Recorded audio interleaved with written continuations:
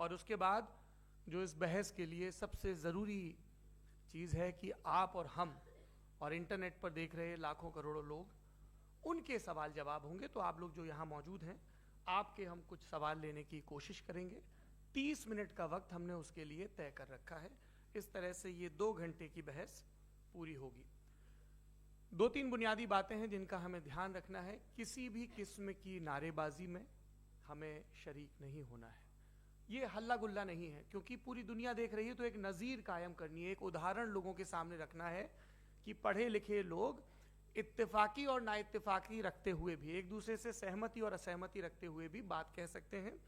यहाँ पर मेरे JNU के प्रोफेसर बैठे हैं, पुरुषोत्तम अग्रवाल जी, जिन्होंने हमें क्लास में सिखाया है कि सहमति का साहस और असहमति का विवेक, और इसका ठीक उलट भी, ये बड़ा ज़रूरी है। दूसरी बात, ये किसी एक धर्म के बारे में बहस नहीं है, ये बात सबको स्पष्ट होनी चाहिए। किसी धर्म को महान बताने या किसी धर्म को कमतर बताने की ये बहस नहीं है। तो यदि कोई इस उम्मीद से देख रहा है या यहाँ आया है, तो मैं आपको आश्वस्त करना चाहता हूं कि आपको नाउम्मीदी हाथ लगेगी। इस बहस में बहुत ज्यादा धार्मिक प्रतीकों के इस्तेमाल को लेकर भी, ये दोनों लोग जो अभी आपको गंभीर दिख रहे हैं, भले लोग हैं, कल शाम को चाय पर मिले थे, बहुत हंसी मजाक भी इनके बीच हुआ था, और गलबैयां डालते हुए एक तस्वीर भी हुई थी। ये इस बात का प्रमाण है कि इंटरनेट पर जो हल्ला मचा हुआ है उसके मुकाबले ये दोनों लोग बहुत ही अच्छे शांत ढंग से बहस के लिए राजी हो गए हैं। ट्विटर की बातें ट्विटर तक सीमित, एलन मस्क आजकल उसको एक्स कहते हैं। और अब इस बहस की शुरुआत, मैं इन विद्वानों का, हालांकि इनको परिचय की जरूरत नहीं, पर हो सकता है, हमें पत्रकारिता में सिखाया जाता है कि नेवर अज्यूम, विज्ञान भी यही कहता है। मुफ्ती शमाइल नदवी साहब इस्लामिक विद्वान, शिक्षाविद हैं, कोलकाता के वाहियान फाउंडेशन के संस्थापक हैं, लखनऊ की प्रतिष्ठित दारुल उलूम नदवतुल उलमा से ग्रेजुएशन किया है, सोशल मीडिया और सार्वजनिक मंचों पर अध्यापन और बौद्धिक कामों में सक्रिय हैं, और इस समय इंटरनेशनल इस्लामिक यूनिवर्सिटी मलेशिया से PhD कर रहे हैं। अच्छी बात यह है कि पढ़ाई के साथ साथ ट्रैवल ब्लॉग भी बनाते हैं। पेट्रोनस टावर के सामने का ब्लॉग हमने देखा। हमारे साथ जावेद अख्तर साहब हैं। जावेद अख्तर साहब कवि हैं, शायर हैं, गद्य भी लिखते हैं, फिल्मों के लिए संवाद लिखे हैं, गीत लिखे हैं। इससे इतर ये वैज्ञानिक सोच को लेकर या अपने डिक्लेयर्ड एथिज्म को लेकर भी मुखर रहते हैं और अपने तहीं रैशनैलिटी की बात करते हैं। देवियों और सज्जनों, डज गॉड एग्जिस्ट?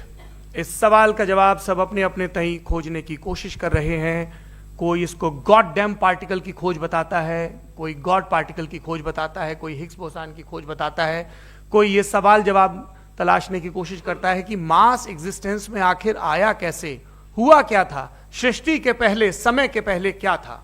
और कोई ये कहता है कि ये सारी खोजें जिस मस्तिष्क में हो रही हैं प्रकृति के क्रम में, वो कैसे विकसित हुआ। मैं उम्मीद करता हूं कि हम आज इन बुनियादी सवालों के कुछ जवाब हासिल करने में कामयाब हों। मैं सबसे पहले मंच पर आमंत्रित कर रहा हूं मुफ्ती शमाइल नदवी साहब को। आइए सर जी।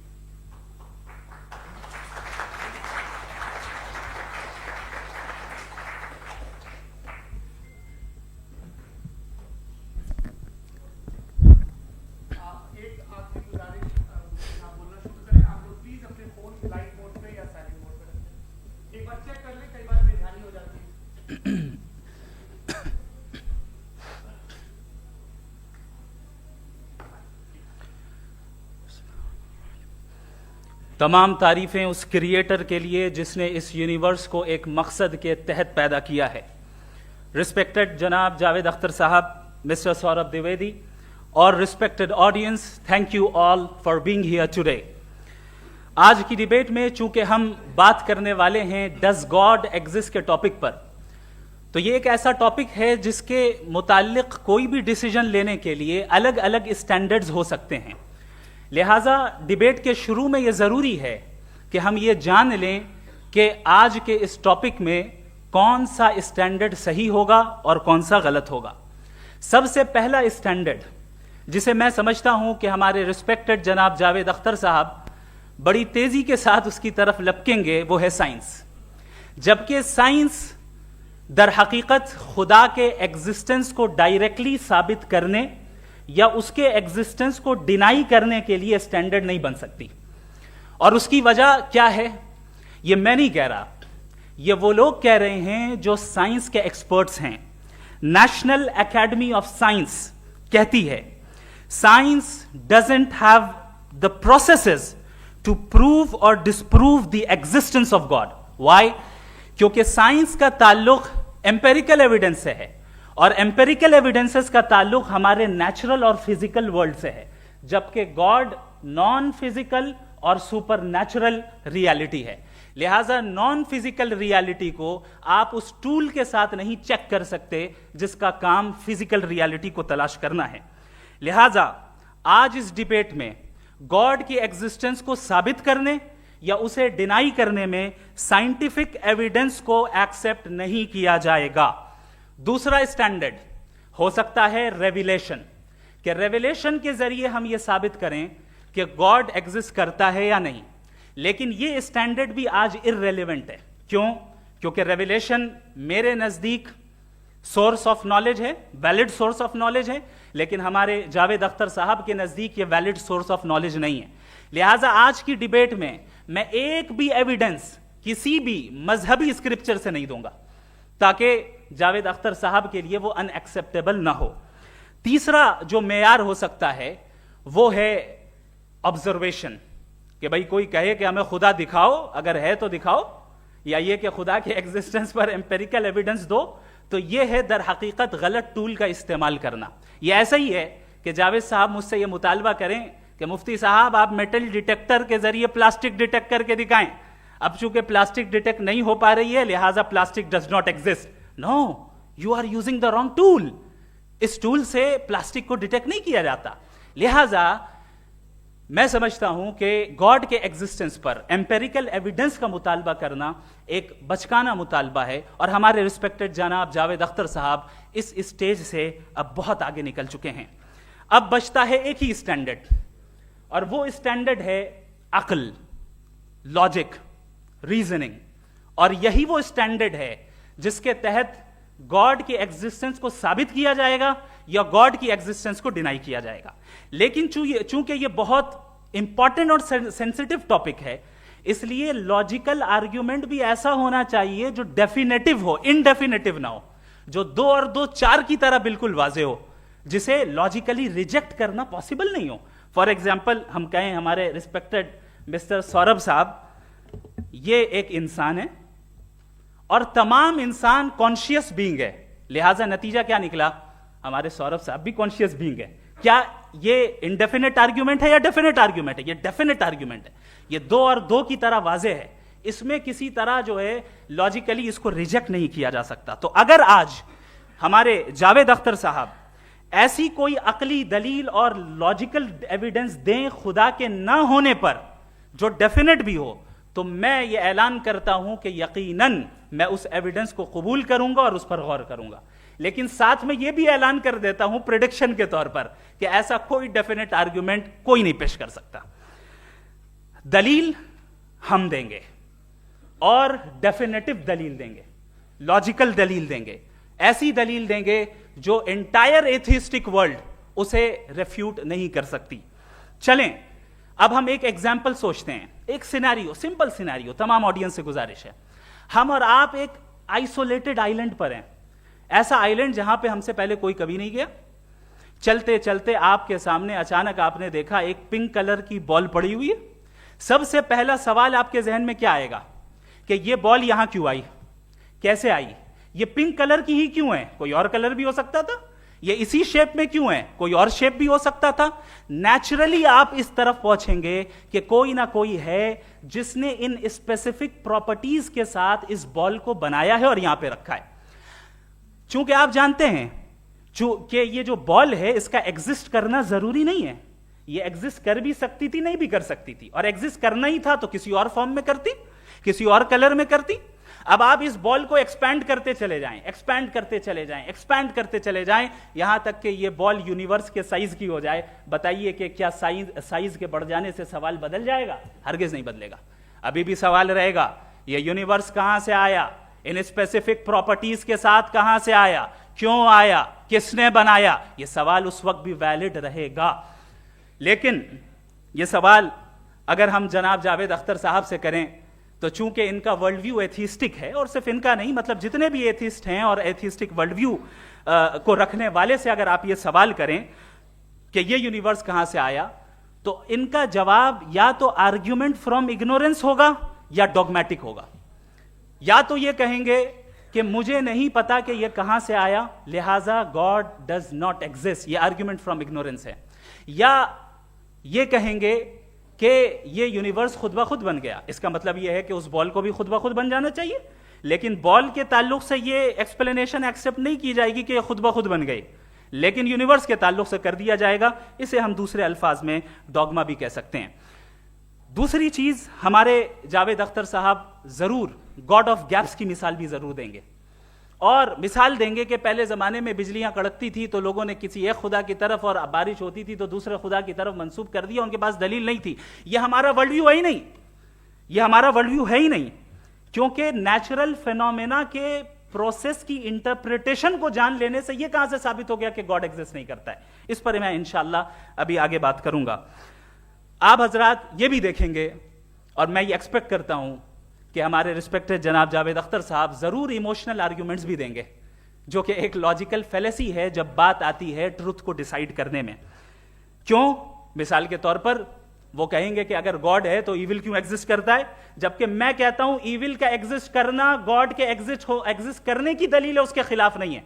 चूंकि अगर गॉड है तो हम सब उसके सामने अकाउंटेबल हैं, और अगर हम अकाउंटेबल हैं तो अकाउंटेबिलिटी के लिए ईविल का मौजूद होना जरूरी है, उसके बगैर हम अकाउंटेबल नहीं हो सकते। और अगर हम अकाउंटेबल नहीं हैं तो हम जनाब जावेद अख्तर साहब से पूछेंगे कि आप बताएं कि फिर सफरिंग इस दुनिया में क्यों है? अगर खुदा नहीं है तो सफरिंग क्यों है? और उन लोगों के जज्बे का क्या जिनके अंदर सफरिंग के बाद इंतकाम लेने का जज्बा पाया जाता है और वो इस दुनिया से ऐसे ही चले गए, क्या उनकी सारी तकलीफें बेकार चली जाएंगी? अब आ जाएं उसी एग्जाम्पल की तरफ कि बॉल, मुझसे अगर कोई पूछे इस बॉल को किसने बनाया और या इस एक्सपेंडेड बॉल को किसने बनाया, मैं कहूंगा कि चूंकि ये यूनिवर्स और इस यूनिवर्स की तमाम चीजें कॉन्टिंजेंट हैं। कॉन्टिंजेंट होने का मतलब ये होता है कि जो अपने एग्जिस्टेंस पे किसी के ऊपर डिपेंड करती हो, तो जाहिर है ये यूनिवर्स कॉन्टिंजेंट है। और अगर कोई चीज कॉन्टिंजेंट नहीं है तो मैं रिक्वेस्ट करूंगा कि मुझे दिखा दें कि कौन सी चीज यूनिवर्स में कॉन्टिंजेंट नहीं है, हम भी जरा गौर कर लें और हम भी देख लें। और जब कॉन्टिंजेंट चीजें मौजूद हैं तो फिलोसोफर्स की इस्तिलाह के मुताबिक, हम उस टर्मिनोलॉजी के मुताबिक हम उस जगह तक पहुंचते हैं और उस हस्ती तक पहुंचते हैं जिसे नेसेसरी बीइंग कहा जाता है, कि ये वो नेसेसरी बीइंग है जिसका मौजूद ना होना नामुमकिन हो। क्योंकि अगर ये मौजूद ना हो तो सारी चीजें एग्जिस्टेंस में आएंगी ही नहीं, और ये सारी कॉन्टिंजेंट चीजें उसी के ऊपर डिपेंड करती हैं। अब अगर आप ये सवाल करते हैं कि फिर उस हस्ती को किसने बनाया, फिर उसका कॉज क्या है, फिर उसका कॉज क्या है, फिर उसका कॉज क्या है, और एंडलेसली चले जाएं, इसे हम कहते हैं इन्फिनिट रिग्रेस ऑफ कॉजेस, जो कि लॉजिकल फेलेसी है। कॉन्सेप्चुअली इन्फिनिटी पॉसिबल है। मिसाल के तौर पे न्यूमेरिकल्स 1 2 3 गिनते चले जाएं, इन्फिनिट नंबर्स हैं। मैं कॉन्सेप्चुअली बात नहीं कर रहा, प्रैक्टिकली रियलिटी में साबित करके दिखाएं कि infinite regress of causes possible है या नहीं। अगर पॉसिबल है तो हम मान लेंगे, मिसाल दे दें, और पॉसिबल नहीं है तो एक ही ऑप्शन बचता है जिसे हम कहते हैं नेसेसरी बीइंग। ऐसी नेसेसरी बीइंग जो इंडिपेंडेंट है, क्योंकि अगर वो डिपेंडेंट हुई तो वो नेसेसरी नहीं रहेगी। ऐसी इंडिपेंडेंट बीइंग जो इटर्नल है, अगर वो इटर्नल नहीं होगी, उसकी बिगिनिंग होगी तो वो खुद कॉन्टिंजेंट है। ऐसी बीइंग जो पावरफुल है, क्योंकि कॉन्टिंजेंट को एक्चुअलाइज करने के लिए पावर चाहिए। ऐसी बीइंग जो इंटेलिजेंट है और नॉलेजेबल है, क्योंकि ये यूनिवर्स स्पेसिफिक फॉर्म और स्पेसिफिक लॉज ऑफ नेचर के तहत प्रिसाइजली चल रहा है। Thank you. थैंक यू मुफ्ती साहब। मैं इन दलीलों के बाद जावेद अख्तर साहब से गुजारिश करूंगा, आप बैठ के बोलना चाहेंगे या बाहर? जी।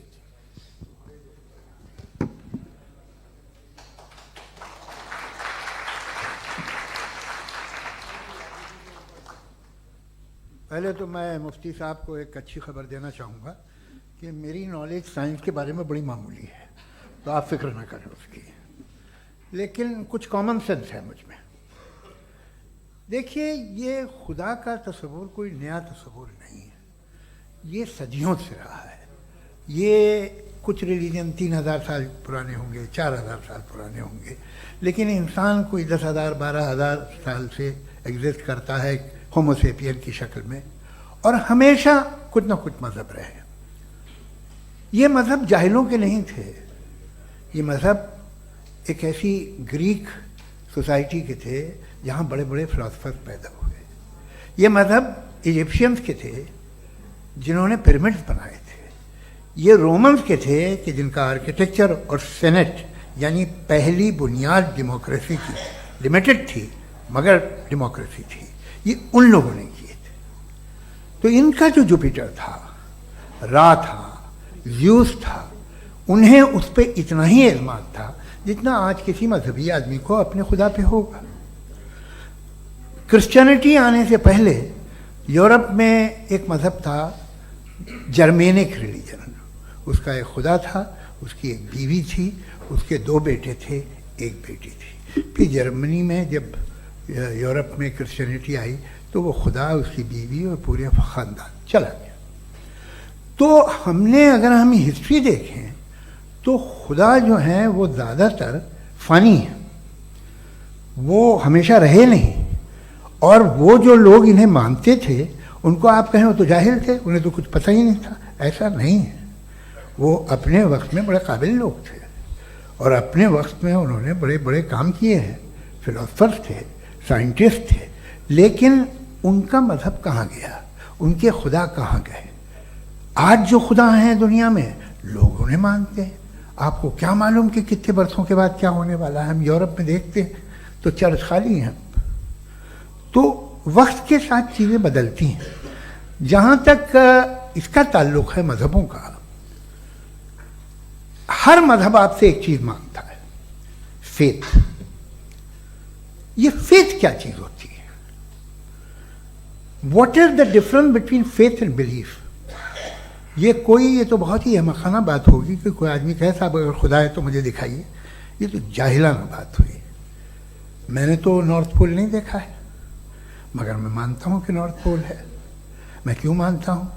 इसलिए कि अगर ये दुनिया राउंड है तो उसका कोई टॉप होगा। कुछ लोग हैं जो वहाँ गए भी हैं, कॉमन सेंस कहता है कि ऐसा होगा, सबूत है, गवाह है, रीज़न है। तो ये मेरा फेथ नहीं है। तो फेथ में और बिलीफ में डिफरेंस क्या है? जो मजहब मांगता है आपसे, हर मजहब फेथ मांगता है। फेथ का मतलब ये है कि ना कोई गवाह हो, ना कोई सबूत हो, ना कोई रैशनल हो, ना कोई लॉजिक हो, ना कोई प्रूफ हो, मगर तुम एक बात को मानो। ये है फेथ। वरना बिलीफ होता। अगर इसमें कुछ भी सबूत होते, गवाह होते, तो फिर इसे आप बिलीफ कहते हैं। जैसे मेरा बिलीफ है कि नॉर्थ पोल है, मेरा फेथ थोड़ी है। फेथ इन तमाम शर्तों को रद्द करता है। तो फिर स्टुपिडिटी क्या है? अगर मैं एक बात ऐसी मानूं जिसकी ना कोई लॉजिक है, ना कोई रैशनल है, ना कोई प्रूफ है, ना कोई गवाह है, ना कोई सबूत है, और मैं उसे मानूं, तो ये स्टुपिडिटी हुई। इसे ही भाई कल को मैं यकीन कर लूं कि एलॉन मस्क जो है मेरा भाई है, तो मुझे इंतहाई खुशी होगी, सुकून भी बहुत मिलेगा मुझे। लेकिन और कहे भाई क्यों मानते हो, क्या सबूत है? भाई वो तो अमेरिकन है और तुम तो इंडियन हो, वो तो नस्ल अलग है, तुम्हें कभी मिले भी नहीं। साहब देखिए, मेरा फेथ है, इस पे बात न किया। फेथ का मतलब ही यह है कि आप प्रूव नहीं कर सकते। अगर आप प्रूव कर सकते हो तो फेथ की जरूरत ही नहीं, फिर तो आप बात करेंगे, आप कितनी बहस कर लीजिए। अल्टीमेटली दुनिया का हर मजहब फेथ पे टिका है, और फेथ का मतलब है एक ऐसा यकीन जिसका कोई सबूत, कोई गवाह, कोई रैशनल नहीं। अब आप ये कहें, क्या आप ये क्यों कह रहे हैं कि साहब ये कायनात किसने बनाई? कमाल ये है कि आपने बताया कि एक आइलैंड पे गए और एक बॉल देखी। आपने ये नहीं कहा कि आइलैंड किसने बनाया, आपको सिर्फ बॉल पे हैरत हुई। हमने आइलैंड पे हमने हैरत नहीं की, होते हैं आइलैंड। इसी तरह ये आइलैंड है, सितारे, ये गैलेक्सीज, ये सब आइलैंड हैं खला में। हम उन्होंने टेकन फॉर ग्रांटेड लेते, हम पूछते नहीं किसने बनाए। आपने जजीरे के बारे में भी नहीं पूछा है। मेरी पैदाइश कैसे हुई? क्या मैं प्लान पैदा हुआ था? I was plan to be born, या एक लकी स्पर्म था जो किसी एग से चिपक गया? मेरी पैदाइश रैंडम। और इंसाफ जिसे आप कहते हैं, इंसाफ का तो नेचर से कोई वास्ता ही नहीं है। जो आप कहते हैं कि एक दिन इंसाफ मिलेगा, इंसाफ is a human concept, nature में कोई इंसाफ नहीं। अगर शेर हिरन को खा जाता है तो उसे कोई सजा नहीं मिलती। अगर एक आंधी आती है और हरे भरे पेड़ों को उखाड़ के फेंक देती है तो आंधियों की जेल नहीं होती है। नेचर में इंसाफ नहीं, इसलिए मुझे नेचर को इंसाफ की जरूरत भी नहीं। नेचर तमाम एक है। अब हम कहें कि साहब ये देखिए जो मैंने खाना खाया था, ये मेरी आंख तो नहीं यूं कर दिया उसे, तो इसे सजा मिलनी नहीं, वो सिस्टम है, ऐसे ही चल रहा है। नेचर बगैर इंसाफ के है। इंसाफ इज अ ह्यूमन कॉन्सेप्ट। तो जो आपसे कहता है कि मैं तुम्हें इंसाफ दूंगा, वो इंसानी जहन की पैदावार है। ये नेचुरल है ही नहीं, ये आसमानी है ही नहीं। नेचर का तसव्वुर, इंसाफ का तसव्वुर। भाई आप साथ मिलते हैं, अब आप लेफ्ट हैंड ड्राइव कर दें, ये क्या है? तमाम सच, तमाम नेकी, तमाम शराफत लेफ्ट हैंड ड्राइव है। वरना क्या होगा, या तो आप क्रॉस कर देंगे, आपका एक्सीडेंट हो जाएगा, या आप किसी को मार देंगे, या ट्रैफिक जैम हो जाएगा। झूठ, बेईमानी, रिश्वतखोरी, ये तमाम जो है driving on the wrong side है। इसके ऊपर कुछ नहीं। ये तो हमने बनाया, जैसे हमने लेफ्ट हैंड ड्राइव बनाई है। ये कॉन्सेप्ट ऑफ इंसाफ जो है ये हमारा है, इसका नेचर से कोई वास्ता नहीं। शेर खा जाता है हिरन को, उसे जेल होती है क्या? कुछ भी नहीं, है ही नहीं। तो ये जो दुनिया के रिलीजन प्रॉमिस करते हैं आपसे इंसाफ, इसी से मालूम होता है कि ये मैन मेड है। ये तसव्वुर कहीं और का है ही नहीं। जो नेचर है, कुछ लोग कहते हैं नेचर ही खुदा है, तो नेचर में तो इंसाफ नहीं कहीं। और आप वादा कर रहे हैं कि तुम्हें मरने के बाद इंसाफ मिलेगा। मुझे अगर मिलेगा तो मैं बहुत खुश होऊंगा, लेकिन मैं यकीन नहीं कर पाता हूं, इसलिए कि मैं फेथ नहीं पैदा कर सकता। The very fact that religions demand faith, इसका मतलब है कि उनके पास जस्टिफिकेशन नहीं है। अच्छा था, फिर रिलीजन अगर मॉडरेशन में है, कोई सा भी नहीं, वो आप में कुछ खूबियां भी पैदा करता होगा। देखिए उससे ये फ़ायदा है, वो फ़ायदा है। अल्कोहल जो है वो ज़्यादातर दवाओं में यूज़ होती है, और एक सर्वे किया गया था अमेरिका में कि लॉन्जिटिविटी किन लोगों की है। तो एक तरफ वो लोग थे जो शराब पीते ही नहीं थे, और एक तरफ वो थे जो एक बोतल शराब रोज पीते थे। सबसे ज़्यादा लंबी उम्र उनकी है जो 2 पैग नाप के शराब पीते और खाना खाते हैं। मगर हम शराब को बुरा समझते हैं, मैं भी बुरा समझता हूँ। क्यों? ऐसा होता नहीं। कुछ चीज़ों में आदत होती है कि वो बढ़ती है। आज तक में एक आदमी दूध पीता है, आप 10 साल बाद भी मिलेंगे तो एक ही गिलास पीता होगा। ऐसा नहीं होता, सुबह से दूध पीता रहता है। मिल्कोहलिक मैंने नहीं देखे, अल्कोहलिक होते हैं। ये टेंडेंसी है मजहब की कि वो बढ़ता है, जैसे कैंसर बढ़ता है, जैसे शराब बढ़ती है। कुछ लोग होंगे जो उसे सही तरह से यूज़ करते। मुझे यकीन है कि हमारे मुफ्ती साहब भी उनमें से एक हैं, इनसे बहुत खुशी हुई मुझे इनसे मिलकर।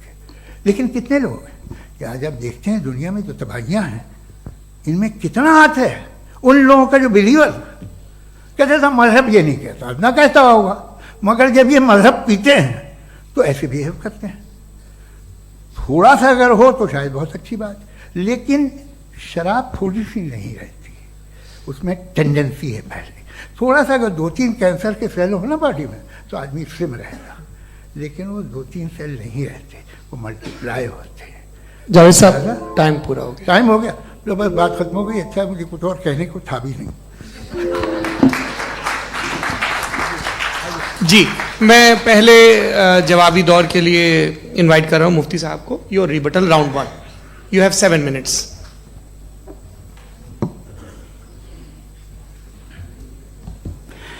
Thank you very much Javed साहब, आपकी बात को सुनकर बड़े महजूज हुए हम लोग। महजूज, do you understand? We enjoyed. Okay, अब थोड़ा सा लॉजिकली उसको हम लोग देखते हैं। दरअसल हम लोगों ने कल गुजारिश की थी मुफ्ती साहब से भी, जावेद साहब से भी, कि हिंदुस्तानी जबान आम फहम सबको समझ में आ जाए और जहां कहीं आप मुश्किल शब्द इस्तेमाल करें वहां बताते भी चलें। Thank you. तो सबसे पहले हमारे रिस्पेक्टेड जावेद साहब ने हवाला दिया कि खुदा फानी है। कितने मजहब आगे चले गए, किसी ने जुपिटर को खुदा माना, किसी ने किसी को माना। मैं कहता हूं जिसने कॉन्टिंजेंट चीज को खुदा माना, गलत माना, वो खुदा ही नहीं, वो खुदा ही नहीं है। हम तो नेसेसरी बीइंग को साबित करने बैठे हैं, वो नेसेसरी कॉज जो इटरनल है, जो अबदी भी है और अजली भी है। हम किसी और को साबित करने नहीं बैठे। दूसरी चीज उन्होंने कहा कि फेथ एंड बिलीफ, ये एक ऐसी डेफिनेशन है फेथ की जो इन्होंने पहली मर्तबा पेश की है, या माफ कीजिएगा इन्होंने पहली मर्तबा पेश नहीं की है, रिचर्ड डॉकिंस ने पहली मर्तबा पेश की है। मुझे मालूम है ये सोर्स कहां से है। एपिस्टेमोलॉजिकली फेथ और बिलीफ का फर्क आप इस तरह नहीं कर सकते सर। फेथ सही भी होता है, गलत भी होता है। बिलीफ सही भी होता है, गलत भी होता है। जो लॉजिक, रीजन और एविडेंस से बैक्ड होगा वो फेथ सही होगा। और आप जिस फेथ की बात कर रहे हैं कि इलॉजिकल है और उसके पीछे नहीं है, तो we are on the same page. हम नहीं मानते उस फेथ को, जो फेथ ऐसा हो जिसके पीछे कोई लॉजिक ना हो, एविडेंस ना हो, हम नहीं मानते। हम तो उस फेथ के कायल हैं जिसके पीछे लॉजिक हो और एविडेंस हो। तो बिलीफ सही भी होता है, गलत भी होता है, फेथ भी सही होता है और गलत भी होता है। तो आज फेथ और बिलीफ के डिफरेंस पे बात नहीं हो रही। आज आप चाहे फेथ एक्सेप्ट कर लें या बिलीफ एक्सेप्ट कर लें, आज ये बात होगी कि ट्रूथ क्या है। चाहे ट्रू बिलीफ सही है या ट्रू फेथ सही है, और फॉल्स फेथ क्या है और फॉल्स बिलीफ क्या है, बात इस पे हो रही। दूसरी चीज इन्होंने पूछा स्टुपिडिटी फिर क्या है। अगर फेथ रिलीजन स्टुपिडिटी नहीं है तो और क्या है? चूंकि फेथ का मुतालबा करते हैं तो स्टुपिडिटी क्या है? मैं कहता हूं स्टुपिडिटी एथिज्म है। उसकी वजह यह है कि आप एक सड़क पे जा रहे हो और आप किसी गार्डन में जाएं और देखें वहां लिखा है फूलों के साथ, I love Javed Akhtar, and I really do, I love you sir. So जब आप वहां पर पहुंचे तो वहां पहुंचकर अब ये बताएं, क्या आप ये कहेंगे वाह व्हाट अ नेचुरल सिलेक्शन? ये क्या नेचुरल सिलेक्शन है? नहीं, ये प्रिसाइजली डिजाइंड है, इसके पीछे डिजाइनर है। लिहाजा अगर कोई एक ऐसी कॉमन सेंस की बात को कबूल नहीं कर रहा है कि यूनिवर्स जो इतने प्रिसाइजली काम कर रहा है, हम कह दें कि खुद ब खुद बन गई, मैं समझता हूं इससे बड़ी स्टुपिडिटी और कुछ नहीं है। ये इरैशनल चीज है। फिर हमारे सर ने कहा कि आपने बॉल पे फोकस किया, आइलैंड पे फोकस नहीं किया। अरे आइलैंड को किसने बनाया यही समझाने के लिए तो बॉल की मिसाल दे रहा हूं। और बॉल भी कॉन्टिंजेंट है, आइलैंड भी कॉन्टिंजेंट है, दोनों नेसेसरी बीइंग का मुतालबा करते हैं। आगे इन्होंने कहा कि नेचर में कोई इंसाफ नहीं है। हम डिसाइड करते हैं कि मोरालिटी क्या होती है, इंसाफ क्या होता है। हम डिसाइड करते हैं, जैसे ड्राइविंग सीट में ट्रैफिक वाला, ये तो किसी खुदा ने नहीं कहा, ये है, इसे कहते हैं फॉल्स इक्विवेलेंस। ये एक लॉजिकल फेलेसी है। आपने जो है मिसाल दी ड्राइविंग की और ट्रैफिक की, ये सब्जेक्टिव मोरालिटी है। आप सब्जेक्टिव मोरालिटी को मिसाल बनाकर ऑब्जेक्टिव मोरालिटी के ऊपर नहीं थोप सकते। इंसाफ की ऑब्जेक्टिव मोरालिटी है। अगर आप ये कहते हैं कि नेचर में इंसाफ नहीं है, तो इंसाफ का न होना ये नेचुरल हुआ, तो फिर नेचर को नेचर रहने दे। क्यों हम इतना स्ट्राइव कर रहे हैं दुनिया में इंसाफ लाने के लिए? ये तो इलॉजिकल बात है, इरैशनल बात है। इसलिए बहुत सी चीजें ऐसी हैं जो ऑब्जेक्टिवली जो है इविल या गुड हैं, और बहुत सी चीजें ऐसी हैं जो सब्जेक्टिवली हैं। सब्जेक्टिवली जो मोरल होता है या इमोरल होता है, उसको हम सोशल कंसेंसस से या पर्सनल प्रेफरेंस से डिसाइड करते हैं। लेकिन जो ऑब्जेक्टिव मोरालिटी है, जिसमें इंसाफ आया, जो इन्होंने बार बार रिपीट किया, ये ऑब्जेक्टिव है, सब्जेक्टिव नहीं है। अगर आप कहते हैं ये सब्जेक्टिव है, तो मेरा सवाल आपसे ये है, क्या सोशल कंसेंसस के जरिए अगर जुल्म को सही करार दे दिया जाएगा तो आप जुल्म को जस्टिफाई करेंगे? दूसरी चीज इन्होंने यह कहा कि 2 पैक शराब पी लें तो वो उतने पे नहीं रहता, बढ़ जाता है। यही मामला मजहब के साथ है। 2 पैक आप पी लें, बढ़ेगा। तो ये एक ऐसी मिसाल है, इसको कहीं भी फिट कर लें कि आप एथिज्म पे जब फिट करें, जब आप 2 पैक एथिज्म का लेंगे ना, तो वो बढ़ बढ़ के नॉर्थ कोरिया बनेगा। Thank you.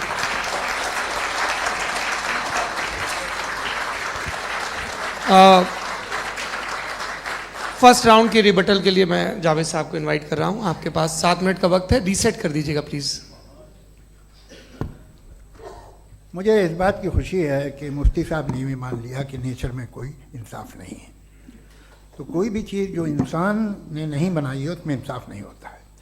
एक बात मैं आपसे अर्ज करूँ, जरा पता लगा लीजिएगा, ये जो आप बाग में जाते हैं बेहद खूबसूरत फूल देखते हैं ना, इनमें से कोई नेचुरल नहीं है। ये सारे फूल क्रॉस करके बनाए गए हैं। जो जंगल में फूल होते हैं नहायत मामूली होते हैं, ये फूल इंसानों ने बनाए हैं।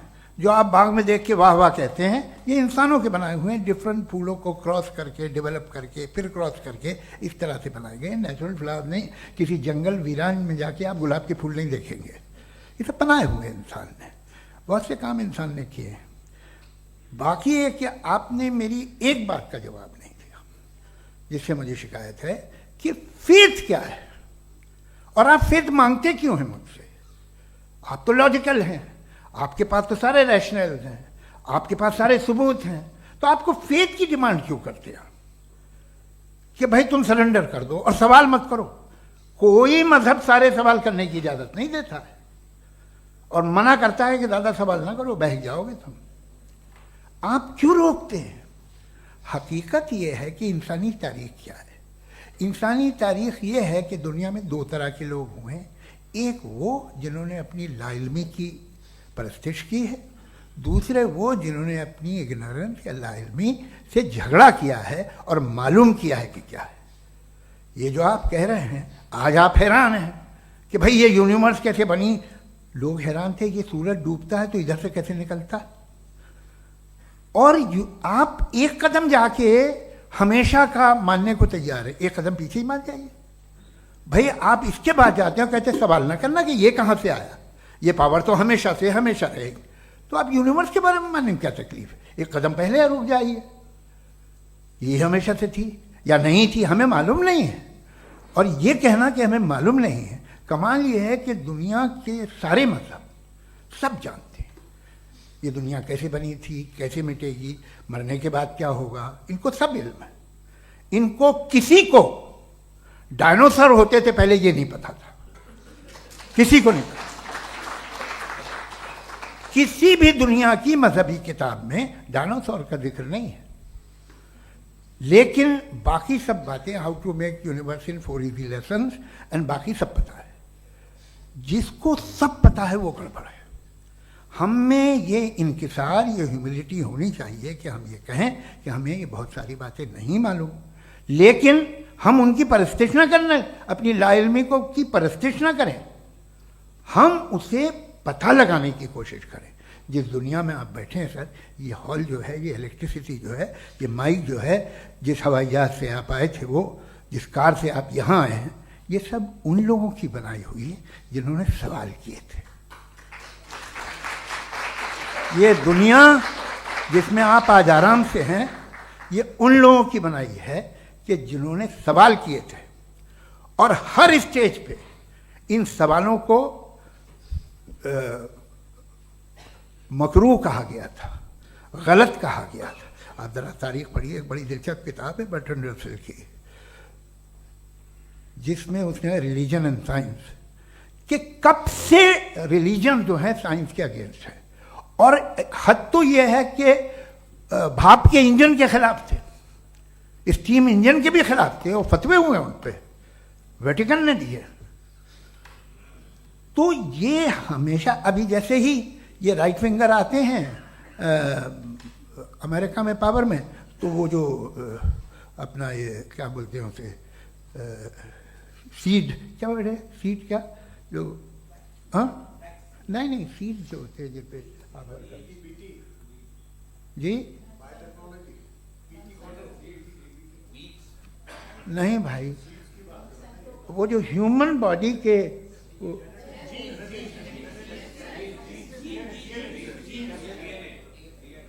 उस पर रिसर्च बंद हो जाती है, रिपब्लिकन नहीं करने देते। अरे भाई इतना डर क्या है तुम्हें? एक ज़माने में बहुत नाराज थे ये सारे मजहबी लोग कि ये इंसान तो इंसान बनाने की कोशिश कर रहा है। आपको क्या तकलीफ भाई, बना ले तो बना लेने दो, ये खौफ क्या है? और ये सब आज जो आप कह कर रहे हैं नामुमकिन है, ये कैसे हुआ, मुझे एक किस्सा याद आता है। जब मैं 6ठी क्लास में था तो मैं मैथमेटिक्स में बहुत वीक था, तो एक टीचर रख दिया गया, उसने 1 2 3 4 5 6 7 तो सिखा दिया मुझे। वो दिन मैं भूल नहीं सकता हूँ मुफ्ती साहब, जिस दिन उसने ये बताया कि 1/2 क्या होता है और 3/4 क्या होता है, मुझे ऐसा लगा कि मेरा सर बीच से फट जाएगा। यह आदमी कह रहा है कि जो दीवार के अंदर जाओ वॉक करते हुए। आज हंसता हूँ मैं इस बात पे। तो आज जो बातें आपके जहन से बिल्कुल परे हैं और आप हैरान होते उन्हें देख के, एक वक्त आएगा कि मामूली लगेंगे। और हुआ है, आपकी इंसानी तारीख ही है। इतनी जल्दी सारे फैसले आप मत कर लीजिए, थोड़ा ये ह्यूमिलिटी रखिए कि भाई ये हमें नहीं मालूम। ये कहने में क्या है, ये यूनिवर्स कहाँ तक फैली, ये कब से है और कब तक रहेगी, हमें नहीं मालूम। आपने फैसला कर लिया कब बनी, ये आपके हिसाब से कोई 14 बिलियन ईयर बनी जो समझा जाता है। उससे पहले हजारों करोड़ों अरबों साल तक खुदा बैठा क्या कर रहा था, खामोश बैठा था, ऐसे ही जमाइयाँ ले रहा था। फिर उसे आइडिया आया, यार एक काम करते, वक्त अच्छा गुजर जाएगा, यूनिवर्स बनाते। सोचिए, वो तो हमेशा से है ना, मगर यूनिवर्स हमेशा से नहीं है, ये तो बनाई गई है। और उससे पहले क्या था, इनका क्या काम था, कैसी बात है। ये बड़ा आसान है, जो बात हमें आज धीरे धीरे पता चली है। बरसों 2000 और 2500 साल पहले आपको किसी ने बता दिया कि क्या था, आप मान गए, और तब से वही मान रहे हैं जो 2500 साल पहले कहा गया था। सब कुछ बदल गया है, सॉल्व हो रही हैं चीज़ें। अभी साइंस बिल्कुल दावा नहीं करती, या कोई फिलोसफर ये दावा नहीं करता कि हमें सब मालूम, बल्कि वो कहता है कि हमें जितना मालूम होता है उससे ये मालूम होता है कि हमें कितना कम मालूम। तो हम अपनी जहालत से लड़े, उसकी परस्तिश न करें। जी, time. Thank you so much. मैं तर्कों की श्रृंखला में राउंड 2 के लिए मुफ्ती साहब को आमंत्रित कर रहा हूं। आपके पास एक बार फिर से 7 मिनट का वक्त है। शुक्रिया। जनाब जावेद अख्तर साहब कई मर्तबा दोहरा रहे हैं कि फेथ का मतलब बताइए, फेथ का मतलब बताइए। मैंने बता दिया, फेथ सही भी होता है, गलत भी होता है। और आज हम फेथ पे बात नहीं कर रहे, हम ट्रुथ और डज गॉड एग्जिस्ट पे बात कर रहे हैं। क्या डज गॉड एग्जिस्ट, ये ट्रुथ यानी गॉड है या नहीं है, इसमें से दोनों ट्रुथ क्या है। अब आप उसे फेथ कह लें, बिलीफ कह लें, नॉट माई बिजनेस। उसके बाद आपने कहा कि भाई सवाल करने से मजहब रोकता है। मैं कहता हूं जो रोकता है वो रोकता होगा, मैं नहीं रोकता, बल्कि सवाल करें, सवाल करना चाहिए। सवाल कर करके तो हम आगे बढ़ते हैं, तरक्की करते हैं, और इसीलिए मैं आज यहां पे आया हूं। लेकिन सवाल सिर्फ खुदा से नहीं होगा, आपसे भी होगा। सवाल एथिज्म से भी होगा, सवाल सिर्फ मजहब से नहीं होगा, सबसे होगा। और आज मैं सवाल करूंगा और उम्मीद है कि आप जवाब देंगे। अभी तक आपने वैसे कॉन्टिंजेंसी आर्गुमेंट का कोई जवाब नहीं दिया। चलें, आपने कहा यूनिवर्स के बारे में इटर्नल क्यों नहीं बोल देते। ये चूंकि लॉजिकली पॉसिबल ही नहीं है कि यूनिवर्स इटर्नल हो। यूनिवर्स एक कॉन्टिंजेंट चीज है जो टाइम एंड स्पेस के पाबंद है, टाइम एंड स्पेस से बाउंड है। जो टाइम एंड स्पेस से बाउंड होगा वो कॉन्टिंजेंट होगा, जो कॉन्टिंजेंट होगा वो उसकी बिगिनिंग हुई होगी, जिसकी बिगिनिंग हुई होगी वो इटर्नल नहीं हो सकता। ये तो कॉमन सी बात है। आपने कहा कि किसी मजहबी किताब में डायनासोर का जिक्र नहीं है। अफसोस कि आज तक किसी मैथमेटिक्स के किताब में मुझे डायनासोर का जिक्र नहीं मिला।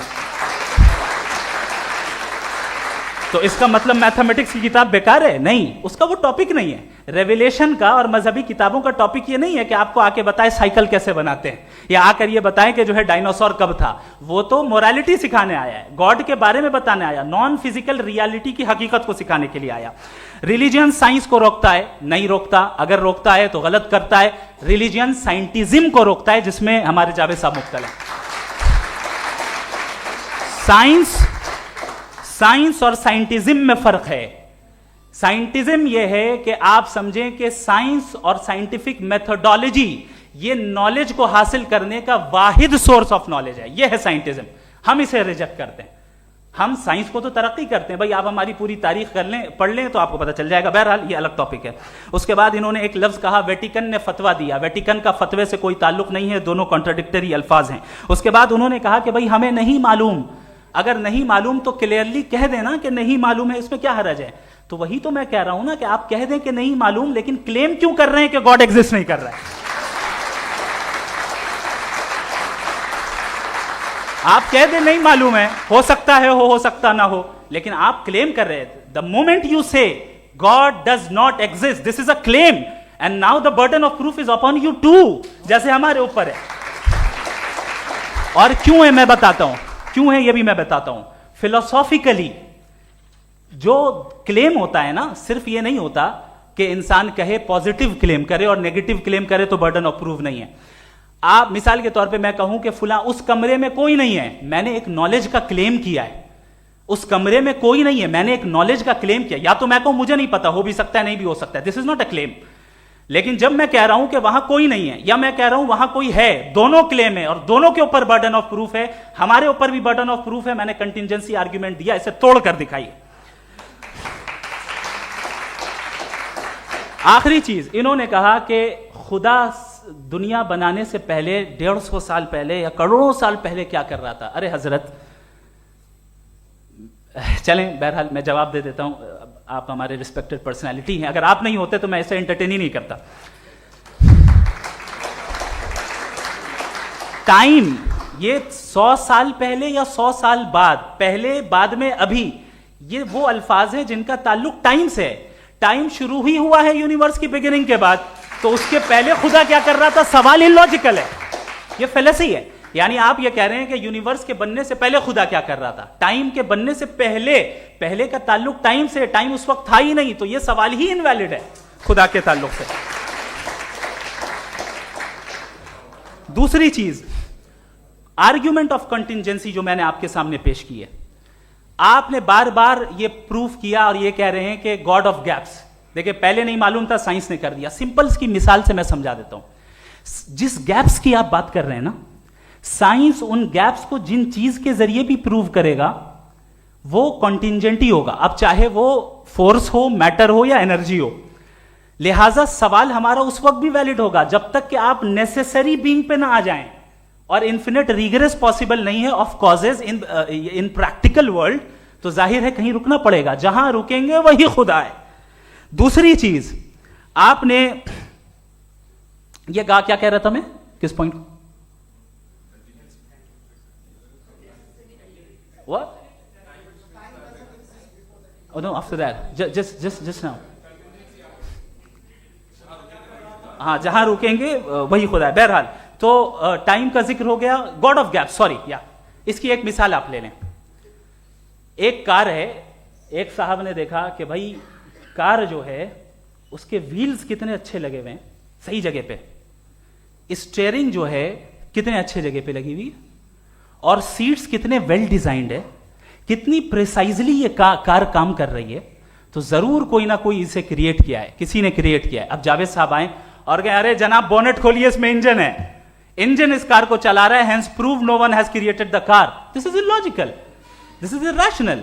आपने इंजन के जरिए उस गैप को तो साबित किया, लेकिन क्या उससे कार की जो क्रिएशन है और उसका जो क्रिएटर है ये इम्पॉसिबल हो जाए? ऐसा पॉसिबल है? उसका सवाल खत्म हो जाए, ऐसा पॉसिबल है? नहीं। आपने गैप्स को फिल करके, कॉन्टिजेंट चीजों से गैप्स को फिल करके हमारे ऑब्जर्वेशन को और ब्रॉड कर दिया। अब हमें और पता चल गया कि ये जो कार है इसका सिस्टम कितना ज्यादा कॉम्प्लेक्स है। पहले कम समझते थे, अब कॉम्प्लेक्सिटी और ज्यादा वाजे हो गई। अब हमें समझ में आ रहा है कि हमारी सर्टेनिटी और बढ़ गई कि जरूर इस कार को किसी ना किसी ने बनाया। यही मामला यूनिवर्स का है। साइंस हमेशा फिजिकल वर्ल्ड की चीजों को ही फिल करती जाएगी और फिजिकल चीजों से ही करती जाएगी, चूंकि एम्पेरिकल एविडेंस का ताल्लुक फिजिकल वर्ल्ड से है। आप साइंस के जरिए मेटाफिजिकल रियलिटी को कभी साबित नहीं कर सकते। ये रॉन्ग टूल का इस्तेमाल करना है। ये वही काम है कि आप मेटल डिटेक्टर से प्लास्टिक डिटेक्टर करने चलें, जो कि जाहिर है सही नहीं है। Thank you.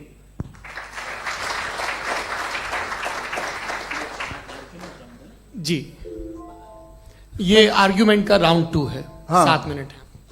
पहले तो मैं आपसे अर्ज करूं कि आपने कहा कि जब कायनात ही नहीं थी तो वक्त भी नहीं था, कुछ भी नहीं था। कैसे नहीं था? खुदा था। एक एग्जिस्टेंस तो था ना खुदा का। तो जब खुदा था तो वक्त भी होगा। ऐसा नहीं कि कुछ भी नहीं था, खुदा था। अच्छा, बाकी एक आपने कहा साहब आप साबित कीजिए, आपके पास भी लॉजिक है, मेरे पास भी लॉजिक है। मेरा जिम्मेदारी नहीं है साबित करना कि खुदा है। बर्टन रसल ने बड़ी अच्छी बात कही, बर्टन रसल ने बड़ी अच्छी बात कही। मैं आपसे अगर ये दावा करूं कि एक चाय की केतली मरीख के चारों तरफ घूम रही है, मार्स के चारों तरफ, तो ये आपका काम नहीं है कि आप साबित करें कि कोई चाय की केतली नहीं है। ये मेरा काम है, मैंने दावा किया है। ये दावा तो मजहबी लोग करते हैं कि खुदा है, मैं क्यों साबित करूं कि नहीं है? जब तक आप मुझे कन्विंस नहीं कर देंगे मैं नहीं मानूंगा। आपकी जिम्मेदारी है, मेरी जिम्मेदारी नहीं है। दोयम ये कि ये जो आप कह रहे हैं, जो गैप्स हैं, ये गैप जब जब किसी मजहब को चैलेंज करते हैं, जब ऐसा कोई बात आती है तो हंगामा हो जाता है कि जब वो चैलेंज करें किसी फेथ को। ये तमाम साइंस जो है इसे मुख्तलिफ जगहों पे मुख्तलिफ वक्तों में मजहब ने रोकने की कोशिश की है। ये किताब है religion and science Burton Russell की, पढ़िएगा, अच्छी लगेगी आपको। तारीख ही है साइंस, मजहब की साइंस से उसका यही रिश्ता है।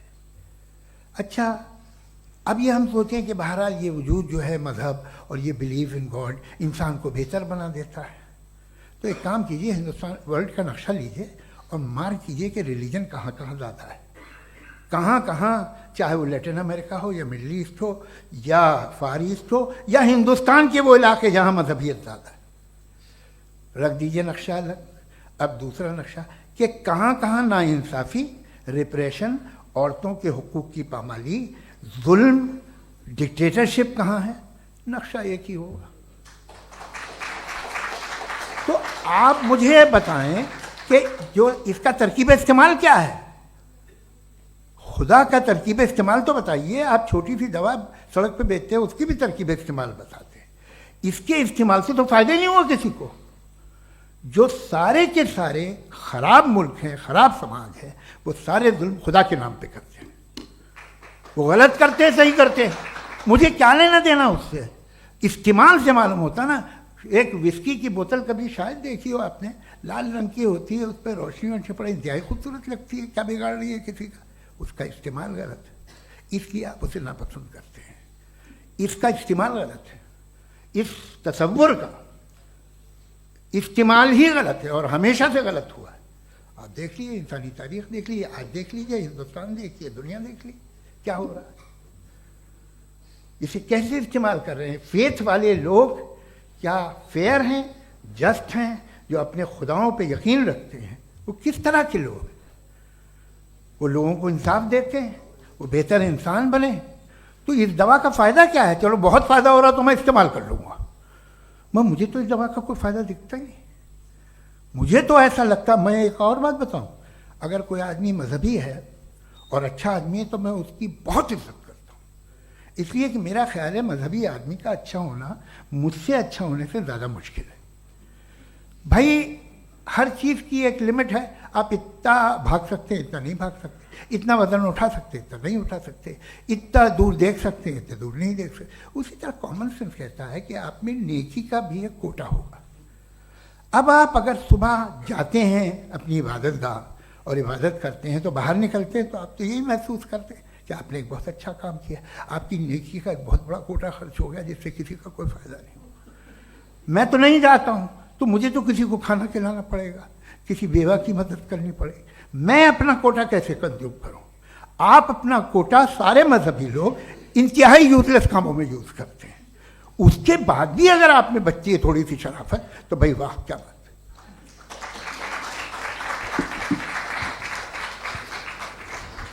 एक तो मुझे ये बात बहुत अच्छी लग रही है कि दोनों ही विद्वान समय को मानते हैं और बहुत समय से अपनी दलीलें और बाज दफ़ा समय से पहले अपनी तकरीरें पूरी करके अपनी अपनी कुर्सी पर बैठ रहे हैं। ये इस आर्ग्यूमेंट का राउंड 2 पूरा हुआ। अब रिबटल का राउंड 2 है और उसके बाद क्रॉस एग्जामिनेशन होगा। नहीं, आपका आर्ग्यूमेंट हो गया सर।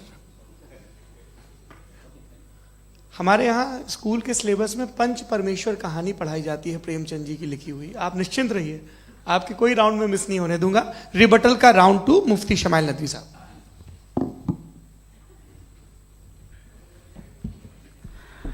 असल में जो हकीकी प्रॉब्लम है, असल प्रॉब्लम है, वो ये है कि जावेद साहब के पास कॉन्सेप्ट ऑफ गॉड क्लियर नहीं है। इन्होंने कहा कि कायनात से पहले खुदा तो था, तब भी तो टाइम होगा। ये कायनात का हिस्सा है। हम उस खुदा को मानते हैं, नेसेसरी बीइंग का टाइमलेस होना जरूरी है, चूंकि वो टाइम का क्रिएटर है। जब उसने टाइम को क्रिएट किया तो वो खुद टाइम पे कैसे होगा?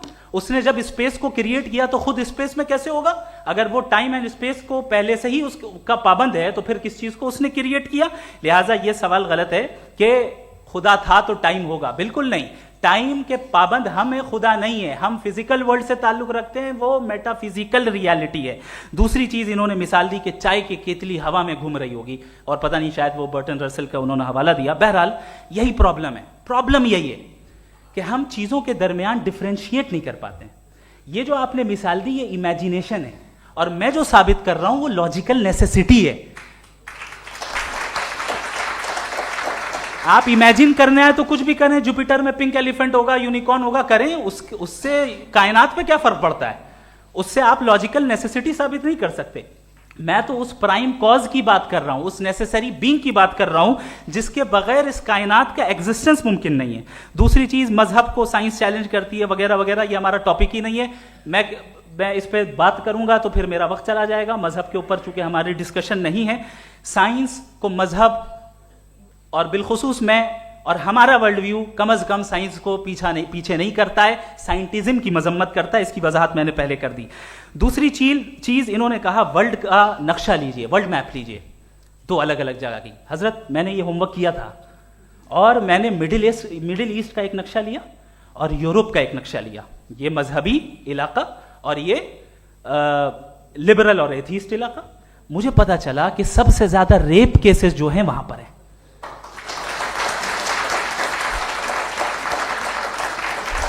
मुझे ये पता चला यूएन की रिपोर्ट के मुताबिक, मैं ये अपने घर से नहीं लेके आ रहा, कि जो वर्किंग वुमेन है यूरोपियन कंट्रीज में, उसमें 81% वुमेन सेक्सुअल हैरेसमेंट का वर्क में शुमार हो रही है। ये मिडिल ईस्ट में नहीं हो रहा है, वो मजहबी लोग हैं इसलिए नहीं हो रहा है। दूसरी चीज आपने ये कहा कि मजहबी आदमी का अच्छा होना हमारे अच्छे होने से बहुत मुश्किल है, बहुत मुश्किल है। तो इसका मतलब यह है कि गॉड के अलावा आपके पास अच्छे और बुरे का कोई स्टैंडर्ड है। मैं चाहूंगा कि कन्वर्सेशनल स्टाइल वाली डिस्कशन और सेगमेंट पे इसी पे बात कर लेते हैं। Thank you very much.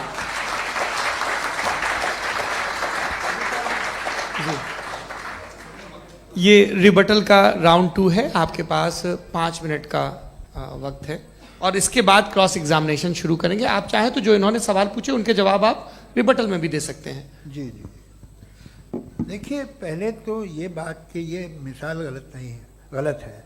इन्होंने पहले ही हमको डिसार्म कर दिया, कह लिया अकल से मामला सॉल्व नहीं हो सकता, लॉजिक से आप पहुंच नहीं सकते। ये एक मेटाफिजिकल चीज़ है। मेटाफिजिकल अजीब सा लफ्ज़ है, ठीक से किसी को माने नहीं मालूम इसके, तो ऐसा लगता है कुछ बड़ी चीज़ है। अरे भाई क्या होता है मेटाफिजिकल, बताओ, खड़ी हो। ये एक लफ्ज़ है जो कहीं भी इस्तेमाल हो जाता है। जब आप एक बात कर रहे हैं और आप मुझसे बहस कर रहे हैं तो मुझे मेटाफिजिकल मत बताइए, आप लॉजिकली मुझे प्रूव किए। और अगर लॉजिकली आप नहीं बात करते साहब ये मेटाफिजिकल है, तो फिर हम आप बात क्या कर रहे हैं? मेरा आपका किस ज़बान में कॉन्वर्सेशन हुआ? और ये कहना कि वक्त पहले नहीं था, तो फिर क्यों कहते हैं ये हमेशा से और हमेशा रहेगा? हमेशा वक्त है, तो आप कैसे कहते हैं वो हमेशा से है और हमेशा रहेगा? हमेशा का मतलब है कोई वक्त, अगर वक्त ही नहीं है तो हमेशा कैसे? बाहर वो रहेगा। अब मैं ये देखता हूँ, आपने कहा ना कि वहाँ रेप ज़्यादा होते हैं, तो हम एक बात देखते हैं कि दुनिया जिस पे वो कादर मुतलक है, जिसकी मर्जी के बगैर पत्ता भी नहीं हिलता, ओमनीपोटेंट है, ये दुनिया चल कैसे रही है? और इस दुनिया का हाल क्या है? 45,000 बच्चे जो 10 साल की उम्र से कम थे वो गाजा में मरे। भूख से काला हांडी में बच्चे मरते हैं और डिप्थेरिया से मरते हैं। डिप्थेरिया अजीब मर्ज है, गले में जाली बनना शुरू होती है, बच्चा नीला हो जाता है, गरीब का बच्चा, इसलिए कि उपास इलाज में। ये कादर मुतलक है, जो चाहे कर दे। इससे आप दुआएं मांगते हैं हमारी ये काम कर दे वो कर दे, तो इसका मतलब डे टू डे लाइफ में वो इंटरफेयर करता है और ये देख रहा है वो। अगर वो वाकई भी है फॉर डिस्कशन सेक, तो मैं जब दुनिया देखता हूँ तो मेरे दिल में उसके लिए कोई इज्जत नहीं पैदा होती। ये क्या कर रहे हो तुम पूरे ऑल पावरफुल हो, ओमनीपोटेंट हो, ओमनी प्रेजेंट हो। तुम तो वहां गदा में रहे होगे ना, तुम हर जगह हो। तुम देख रहे थे कि बच्चे की कैसे धज्जियां उड़ रही, तुम देख रहे थे, और तुम चाहते हो मैं तुम्हारी परस्तिश करूंगा, तुम हो भी। अरे यार, इसके अच्छे तो हमारे चीफ प्राइम मिनिस्टर हैं, कुछ तो ख्याल करते हैं। कमाल है। आप किसकी इबादत कर रहे हैं? अगर वो है भी, ये दुनिया नाइंसाफी से, जुल्म से, जबर से, तशद्दुद से भरी हुई है। और आप ये मत कहिएगा कि वो देख रहा है और वो बताएगा एक दिन। अगर वो देख रहा है और इंटरफेयर नहीं करता तो आप दुआ क्यों मांगते? आप कहते हैं मेरा ये काम करा दे, इसके मतलब है वो दखल दे सकता है, वो आपको नौकरी दिलवा सकता है, भले दूसरे आदमी को न मिले, मगर आपका काम कर देगा चूंकि आपने दुआ मांगी है। तो जब वो आपको नौकरी दिला सकता है, लड़की की शादी कर सकता है, बेटे को ग्रीन कार्ड दिलवा सकता है, तो कम से कम ये जो मर रहे हैं बच्चे, इनको रोक दे, कुछ तो करे।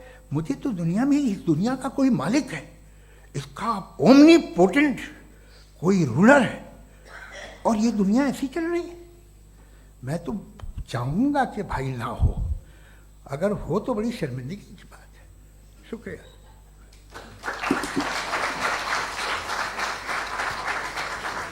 देवियों और सज्जनों, इस बहस के 2 राउंड और 2 रिबटल पूरे हो चुके हैं। अब सबसे ज़रूरी और सबसे मुश्किल राउंड शुरू हो रहा है, क्रॉस एग्जामिनेशन का। अब इन विद्वानों की सज्जनता की एक परख भी होगी, और वक्त हमने 16 मिनट का तय किया है। पहला सवाल आप पूछना चाहेंगे? जी बिल्कुल।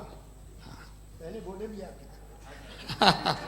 आप माइक ले लीजिएगा हाथ में, ये नीचे से ऑन किया। जी मैं बोलता हूँ, ये डायस हटा सकते हैं क्या हम थोड़ा क्विकली? डायस पीछे कर दीजिए बस थोड़ा सा, है, ताकि ये जो दाएं बाएं लोग बैठे हैं, इसे हटा ही दीजिए। अब हम वहां तो जाने वाले नहीं, आराम से आराम से। दोनों तरफ से हटा दीजिए।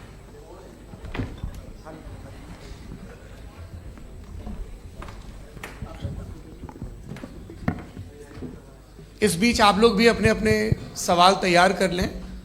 ये ध्यान रखेंगे कि मैं यहाँ से सवाल लूँगा, आप लोगों को अपना हाथ ऊपर करना है, अपना नाम बताना है, और अधिकतम 3 वाक्यों में अपना सवाल पूरा करना है। कई लोग सवाल की जगह भाषण देने लगते हैं, उससे आज बचना है। जी मुफ्ती साहब, पहला सवाल आपका, 16 मिनट हैं, हम दोनों लोगों के सवाल लेंगे। जी जी बहुत शुक्रिया। आपकी जो अभी बात हुई बहुत अहम थी, मैं इसको चाहूँगा कि आगे डिस्कस करूँ, लेकिन चूँकि अभी ये वो सेगमेंट है क्रॉस एग्जामिनेशन, तो सबसे पहला सवाल आपसे ये है कि जो मैं इतनी देर से कॉन्टिंजेंसी आर्ग्यूमेंट आपको बता रहा था, ये अकल से ही बता रहा था हजरत, आप ये बताएं कि आप इन्फिनिट रिग्रेस ऑफ कॉजेस को पॉसिबल मानते हैं या नेसेसरी बीइंग के एग्जिस्टेंस को सही समझते हैं? चूंकि 2 ही ऑप्शन हो सकता है, आप ये बताएं। देखिए, आपको मैं ईमानदारी से बात करूं, एक तो मैं कॉन्टिजेंसी वर्ड ठीक से समझता नहीं, और इस वक्त भी जो आपने अंग्रेजी के अल्फाज इस्तेमाल किए वो ज़रा थोड़े से मुझे डिफ़िकल्ट और कॉम्प्लिकेटेड लगे, तो आप ज़रा सिंपल ज़बान में सवाल कर सकते हैं? बिल्कुल कर सकता हूँ। जी। यूनिवर्स की हर चीज कॉन्टिंजेंट होने का मतलब यह है कि वो अपने एग्जिस्टेंस में किसी के ऊपर डिपेंडेंट है। जो भी चीज डिपेंडेंट होगी वो चीज इंडिपेंडेंट नहीं हो सकती, तो उसका कोई ना कोई कॉज होगा। तो अब आप क्या समझते हैं कि ये इन्फिनिट रिग्रेस है, यानी कॉज पर कॉज, कॉज पर कॉज, कॉज पर कॉज, और कभी कोई यानी ये एंडलेसली चलता रहा? क्योंकि अगर ऐसा होगा तो हम तो एग्जिस्टेंस में आते ही नहीं। लॉजिकली ये मुत्तफक अलैह चीज है, मुत्तफक अलैह, अग्रीड अपॉन। ओके, इस पे हमने एग्री किया था कि मुश्किल शब्द आएगा तो अर्थ बताना पड़ेगा। तो इन्फिनिट रिग्रेस तो पॉसिबल नहीं है, तो कहीं ना कहीं आपको रुकना पड़ेगा ऐसे नेसेसरी बीइंग पर। नहीं, कोई जरूरत नहीं रुकने की। किसने कहा आप रुकना पड़ेगा? आप रुकते हैं खुदा पे, आप नहीं रुकते। आप कहते हैं वो हमेशा से, जब उस वक्त से जब वक्त नहीं था। आप कहाँ रुकते हैं कि अब हुआ था वो? आप नहीं कहते। हम क्यों नहीं मान सकते कि यूनिवर्स जो है और बल्कि मल्टीवर्सेस जो है वो हमेशा से हैं, वो बनती है, बिगड़ती है। एक हमारे यहाँ एक चीज़ है ब्लैक होल, वो समेट लेता है वापस, फिर ब्लास्ट होता है, फिर फैल जाता है। और इसमें हमारी तो खैर कोई औकात ही नहीं है। इंसान की एक छोटे से जर्रे पे हम 50-60 साल की उम्र रखते हैं, जो करोड़ों अरबों साल की कायनात है उसमें, और पैदा भी नहायत ही बेहुदा वजह से हुए थे। तो इसमें ये सोचना कि इसकी वजूहात और ये क्यों है, ये डिपेंडेंट है, ये हम देख रहे हैं। क्या मालूम, आप सोचिए कि ये जो फैल रही है कायनात, ये कहाँ फैल रही है, ये कहाँ जा रही है, और ये फैल क्यों रही है? अरे बना ली थी तुमने, रुको भैया, काफ़ी है। ये फैल क्यों रही है? ये और कौन सी कायनात जिसे मैं दूरबीन से देखता हूँ तो 2 बिलियन लाइट ईयर पे है, उससे मेरा कोई वास्ता ही नहीं है। 2 बिलियन ईयर यानी अगर मैं 80,000 माइल्स पर सेकेंड से चलूं तो 20 करोड़ साल में वहां पहुंच जाऊंगा। इसकी जरूरत क्या थी? ये दुनिया, ये कायनात तो इंसान अशरफुल मखलूकात के लिए बनाई गई ना। तो ये सब ये टर्म समझ में नहीं आया। इसमें कोई खास समझने वाली बात थी भी नहीं। ये जो अल्टीमेट कहा यह जाता है कि ये जो पूरी यूनिवर्स है, ये जो दुनिया है, ये इंसान के लिए बनाई गई। अच्छा, ये सब इंसान के लिए। क्यों साहब, सही है ना? बिल्कुल, लेकिन इसका ये मतलब नहीं कि किसी चीज के पीछे रीजन आपको नहीं पता तो रीजन नहीं है, इसे कहते हैं नहीं, from limited perspective। मुझे नहीं पता, लेकिन मेरी जिम्मेदारी नहीं है। वो बिल्कुल सही कहा था उसने, बर्टन रसल ने। आपने उसे मजाक में टाल दिया कि भाई आप एक दावा कर रहे हैं, मैं क्यों कहूं कि ये गलत है दावा? आप प्रूफ कीजिए, मेरे पे जिम्मेदारी ही नहीं है, मैंने थोड़ी कहा है। आप प्रूफ कीजिए कि ये सही है। आप आर्ग्यूमेंट ऑफ कंटिजेंसी आप का जवाब कोई ही नहीं दे सवाल रहे हैं। पूछना चाहेंगे? है? आप सवाल पूछना चाहेंगे मुफ्ती साहब से? क्योंकि ये क्रॉस एग्जामिनेशन का दौर है। आप जैसे पहले बोल रहे थे फेथ को लेके कुछ। मैं ये पूछना चाहूँगा कि खुदा ने जो भी रेवलेशन किए हैं, एक मज़हब के नहीं बहुत से मज़हबों में किए हैं, अलग अलग रेवलेशन है। कहीं कुछ एक बातें हैं, कॉन्ट्रडिक्शन भी है आपस में, कहीं कुछ आप कर सकते हैं, कहीं कुछ नहीं कर सकते। ऐसा नहीं है कि सबकी कोड ऑफ मॉरल एक है। तो ये किस्सा क्या है? अब आप ये देखिए कि मुझे कभी कभी लगता है कि ये जो फुटबॉल फाइनल होता है, लाखों लोग होते हैं, फिर वो टीवी कवर कर रही, करोड़ों लोग, अगर उसमें खुदा की एक बूमिंग आवाज़ आ जाती, मैं गॉड हूँ, तो सारे लोग अभी सुन लेते और टीवी पे भी सुन लेते, किस्सा खत्म होता। ये इतनी राजदारी क्या है कि तुम सामने कुछ तो सबूत दे दो हमें सॉलिड। ये कह साहब ये यूनिवर्स कैसे बनी, इससे मसला क्या हल होगा? मैं पूछूंगा आपसे खुदा कैसे बना? क्यों नहीं पूछूंगा कैसे बना? बल्कि वो तो कायनात से कहीं ज़्यादा इंटेलिजेंट है, कायनात से कहीं ज़्यादा कॉम्प्लेक्स। जी वो हमेशा से है, आप कहेंगे मैं मान लूँगा। अच्छा, दोयम वो कादिर मुतलक, यानी कादिर मुतलक का मतलब ओमनीपोटेंट, वो जो चाहे कर सकता है। आपको नौकरी दिलवा सकता है, आपकी अच्छी जगह शादी करवा सकता है, आपके पड़ोसी का मुकदमा हरवा सकता है, आपको जिता सकता है, सब काम करता है। थोड़ा सा माइक क्लोज जी। वो इस दुनिया को चला कैसे रहा है? ये दुनिया कैसे चल रही है? आपको इस पे हैरत नहीं होती? या क़यामत के बाद कभी एक जस्टिस होगा, जब ये बच्चा मर चुका होगा, जिसकी धज्जियाँ उड़ गई बम से, इसको इंसाफ मिलेगा तब? अच्छा, अब जवाब दूं? हाँ जी, दीजिए। मैं वही इसीलिए आप की तरफ। सबसे पहले आपने रेवलेशन और स्क्रिप्चर्स की बात की, इस पे मैं बात कर सकता हूं, लेकिन आज नहीं करूंगा चूंकि वक्त कम है, कभी और इस पे डिस्कस करेंगे। मैं तैयार हूं उस पे भी बात करने के लिए। ये क्योंकि अभी हमारा से topic- राउंड 2 की भूमिका तय हो रही है। Does God exist round 2? जी, चूंकि आज गॉड के एग्जिस्टेंस पे बात है, तो मैं उसी के रिलेटेड जो है आपके सवालात को एंटरटेन भी करूंगा और मैं भी पूछूंगा।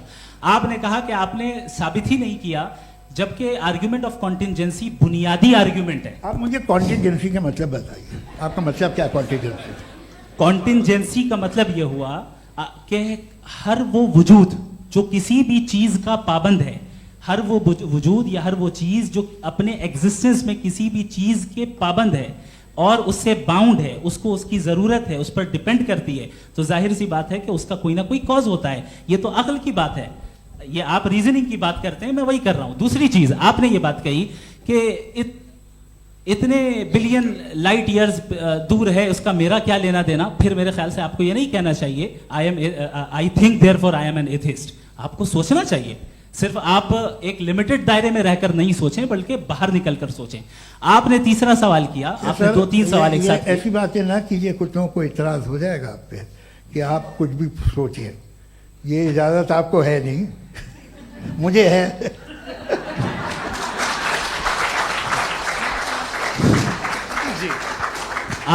आपने प्रॉब्लम ऑफ इविल के ताल्लुक से सवाल किया और बार बार आप एक लफ्ज रिपीट कर रहे हैं कि ओमनीपोटेंट गॉड है, ऑल पावरफुल गॉड है। यही तो दरअसल समझना है कि गॉड का कॉन्सेप्ट क्या है। प्रॉब्लम ऑफ इविल जो है, प्रॉब्लम ऑफ इविल दर हकीकत दो असम्पशंस पर कायम है। अगर आप इन दो असम्पशंस को समझ जाएं तो ये प्रॉब्लम नहीं रहेगी, आर्ग्यूमेंट आपको समझ में आ जाएगी कि ये कोलैप्स कर जाता है। पॉइंट नंबर 1, यानी जो आपका सबसे पहला फॉल्स असम्पशन है कि गॉड मर्सीफुल है, ओमनीपोटेंट है, दुनिया में जुल्म हो रहा है।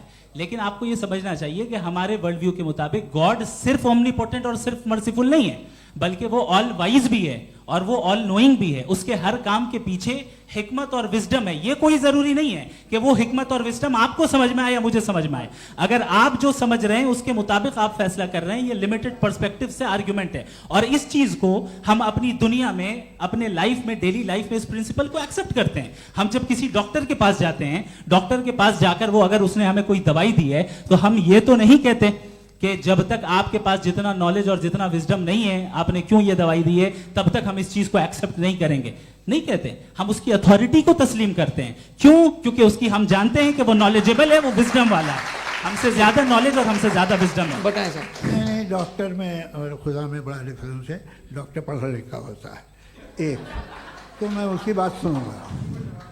दो ये नहीं, कुछ जवाब तो ये भी नहीं है सर। प्लीज, आ जाइए, अगर चलिए। सब ऑडियंस से बोलने लगेंगे तो हाँ। फिर मतलब नहीं सिविलाइज्ड बहस का। मतलब आप ये कहें कि चूंकि आप डॉक्टर पे बिलीव करते हैं इसलिए खुदा पे बिलीव कीजिए, क्या ये मिसाल आपको समझाने के लिए। आर्ग्यूमेंट है, इस पे आपको एतराज नहीं है। तो सिंपल बात ये है कि मैं अगर ये यकीन कर लूँ कि एक ओमनीपोटेंट, उसकी मसलहत है, ये जो बच्चे मर रहे हैं ये मसलहत है उसकी, मुझे नहीं चाहिए इसकी मसलहत। उसकी मसलहत नहीं, यही तो समझना है। मतलब एक्सपीरियंस। अच्छा, इस आपने अभी मेरी बात पूरी सुनी नहीं। मैंने कहा आपका पूरा आर्ग्यूमेंट दो फॉल्स असम्पशंस पर है। एक फॉल्स असम्पशन मैंने बता दिया, दूसरा फॉल्स असम्पशन ये है कि इस दुनिया में इविल के होने का कोई गुड रीजन नहीं है, जबकि हमारे पास बाज रीजंस मौजूद हैं, हमारे पास बाज वजूहात मौजूद हैं। अगर इस दुनिया में इविल ना हो तो आप गुड को डिफाइन कैसे करेंगे? अगर जुल्म ना हो आप इंसाफ को समझेंगे कैसे? अगर तारीकी ना हो तो आप लाइट को समझेंगे कैसे? बहुत अच्छे। अभी और सुन लें, अभी और बाकी है। ये तो बात बहुत पसंद आई साहब मुझे, कि जब तक रेप ना हो तब तक औरतों की इज्जत का ख्याल आपने मेरा जवाब पूरा सुना ही नहीं। जब तक के बच्चों का कत्ल ना किया जाए तब तक आपको बच्चों की मासूमियत की इज्जत। आपने पूरा जवाब सुना ही नहीं। क्या बात है, क्या आपने नुक्ता निकाला हुआ? आपने पूरा जवाब सुना ही नहीं। आप सुन लें, मेरी बात सुन लें। ये मैंने आपको एक चीज बताई। दूसरी चीज, इस दुनिया में हम आए हैं टेस्ट के लिए, हमारा टेस्ट हो रहा है और हर इंसान का अलग अलग अंदाज में टेस्ट होता है। और इस दुनिया में अगर इविल मौजूद है तो वो इविल जरिया है हमारे अंदर ह्यूमन नोबल क्वालिटीज को डेवलप करने का और अलग अलग फील्ड में प्रोग्रेस करने का। और अगर हमारे अंदर और इस दुनिया में इविल नहीं होता तो बताइए टेस्ट का मतलब क्या होता? अगर मैं अपने स्टूडेंट को एमसीक्यूज दूं और उसमें सिर्फ राइट आंसर लिख कर दे दूं और कहूं तुम्हारा टेस्ट हो गया, ये मीनिंगलेस है। इस दुनिया में अगर हम टेस्ट के लिए आए हैं तो जाहिर है गुड एंड इविल दोनों मौजूद है। तो अगर गुड एंड इविल दोनों मौजूद है तो ये इविल भी खुदा का बनाया हुआ है। जी हाँ, खुदा का बनाया हुआ है। लेकिन अच्छा, चलो अच्छी बात। जी बिल्कुल, तो बिल्कुल खुदा ने बनाया। अभी तो ये है कि जो मेजॉरिटी है दुनिया में वो इविल है, तो ये खुदा एक्चुअली इविल के साइड पे लग रहा है मुझे। बिल्कुल भी नहीं, मैं बताता हूं। मेजॉरिटी में तो वो है। क्या बात कर रहे हैं भाई आप? कोई भी जो मुंसिफ होगा, चाहे आपका अपना घर हो जिसके आप सबसे बड़े हैं, चाहे आपकी ऑर्गेनाइजेशन हो जो आप चलाते हैं, वहां पर आप इविल रखेंगे साबित करने को कि बाकी लोग शरीफ हैं। मेरी बात सुन क्या ये आर्ग्यूमेंट ही गलत है? अगर कि जब तक के कोई इविल नहीं होगा तब तक के शरीफ आदमी शरीफ नहीं लगेगा। अगर एग्जामिनर गलत ऑप्शन दे रहा है तो एग्जामिनर इविल नहीं हो गया, जो गलत ऑप्शन को सेलेक्ट कर रहा है वो फेल होगा। क्रिएटर ने इविल को बनाया है लेकिन वो इविल नहीं है। अच्छा सुनिए मेरी बात, हाँ। Let me complete sir. जी जी। क्रिएटर ने इविल को बनाया है टेस्ट के लिए, वो इविल नहीं है। इविल वो होगा जो उसे इख्तियार करेगा। छुरी को बनाने वाला गलत नहीं होता है, छुरी का गलत इस्तेमाल करने वाला गलत होता है। रेप को कैसे गलत इस्तेमाल करते हैं? रेप इंसान के फ्री विल का नतीजा है। ये रेप कैसे गलत इस्तेमाल होता है, ये मुझे अब सुन लें, अब सुन लें। गलत इस्तेमाल होता हाँ, मैं बता रहा हूँ रेप कैसे गलत ना, मैं बता रहा हूँ जी। कि जो इविल इस दुनिया में मौजूद है उसके कई सारे तरीके हैं। एक तरीका इंसान का अपना फ्री विल है। अब अगर कोई रेपिस्ट रेप कर रहा है तो इसका गॉड का कसूर नहीं है, वो अपने फ्री विल का गलत इस्तेमाल कर रहा है, उसको सजा मिलनी चाहिए। अच्छा। और उसी के लिए जहन्नम बनाई गई है। ये फ्री विल का भी बड़ा चक्कर। आप जब कोई बुरा काम करते हैं या कोई बुराई होती है तो ये कहा जाता है कि ये फ्री विल है। 7 billion free wills are moving on this planet. 7 billion free will. और एक आदमी अपनी फ्री विल से मुझे कत्ल कर दे तो मैं खुदा की मर्जी से मरा हूं कि इसकी फ्री विल की वजह से? मेरी मौत खुदा के हाथ है या ये फ्री विल वाले के हाथ है? खुदा ने फ्री विल का निजाम बनाया है और उस निजाम का गलत इस्तेमाल करके कोई आपको ये मार गलत रहा है, इस्तेमाल करके मेरा कत्ल कर देता है। अब मेरी मौत का जिम्मेदार कौन है? वो इंसान जिम्मेदार है। वो इंसान। जी। तो ये कहना कि और उसको खुदा ही उसको जिंदगी उसको देता सजा है, मिलेगी। तो अब आप आगे चलिए कि ये तय करना कि अल्लाह ही या खुदा, सॉरी अल्लाह ने, खुदा ही जिंदगी देता है, खुदा ही मौत देता है, ये गलत है। बिल्कुल गलत नहीं है। हाँ, नहीं, निजाम उसी ने बनाया फ्री विल का। निजाम मौत और हयात का उसी ने बनाया। You are contradicting yourself. अभी आपने कहा कि एक आदमी ने फ्री विल से आपको मार दिया, इसमें उसे फ्री विल दी गई थी, उसने गलत इस्तेमाल किया। 7 billion free wills are moving on this planet और आप चाह रहे हैं कि मैं सिर्फ खुदा का ध्यान करूं। ये 7 बिलियन फ्री विल्स को मुझे लुक आफ्टर करना पड़ेगा कि नहीं? ये तो तबाहियां कर रही हैं और तबाहियां ज़्यादा हो रही हैं। बिल्कुल। तो अगर आप बताएं अगर खुदा नहीं है फॉर एग्जाम्पल, हाँ। तो आप इविल को कैसे डिसाइड करेंगे? यानी how can you define evil objectively without God? देखिए, दुनिया में 2 तरह के जानवर हैं। एक जो अकेले रहते हैं जंगल में और एक जो ग्रुप्स में रहते हैं। ग्रुप में जो भी रहेगा, चाहे वो आपका फाउंडेशन हो, चाहे कोई क्लब हो, चाहे कोई पॉलिटिकल पार्टी हो, चाहे कोई यूनिट हो, उसमें आपको इंटरैक्ट करने के रूल बनाने पड़ेंगे। यानी लोग तय करेंगे। लोग तय करेंगे। अगर लोगों ने यह तय किया कि किसी का रेप करना सही है, आप जस्टिफाई करेंगे? नहीं, आपका फाउंडेशन तो ये हो गया ना कि लोग इविल डिसाइड करेंगे। नहीं, अरे दुनिया में ऐसे ग्रुप्स हैं जो रेप को जायज़ मानते हैं सर्टेन हालात में। मैं डिटेल में नहीं जानूंगा, आप भी जानते हैं। ये जो आईसिस वाले थे, इन्होंने क्या किया था, तो उन्होंने क्या किया उसका खुदा से कोई ताल्लुक नहीं है सर। मैंने सिंपल सवाल किया कि इविल को आप डिफाइन करते कैसे हैं? आइए वापस आइए जी। आप साथ में तभी रह सकते हैं जब कुछ आप ऐसे उसूल डेवलप करें जिसमें हर एक का बेसिक तहफ़्फ़ुज़, हर एक का बेसिक राइट हो और हर एक को कोई आराम मिले।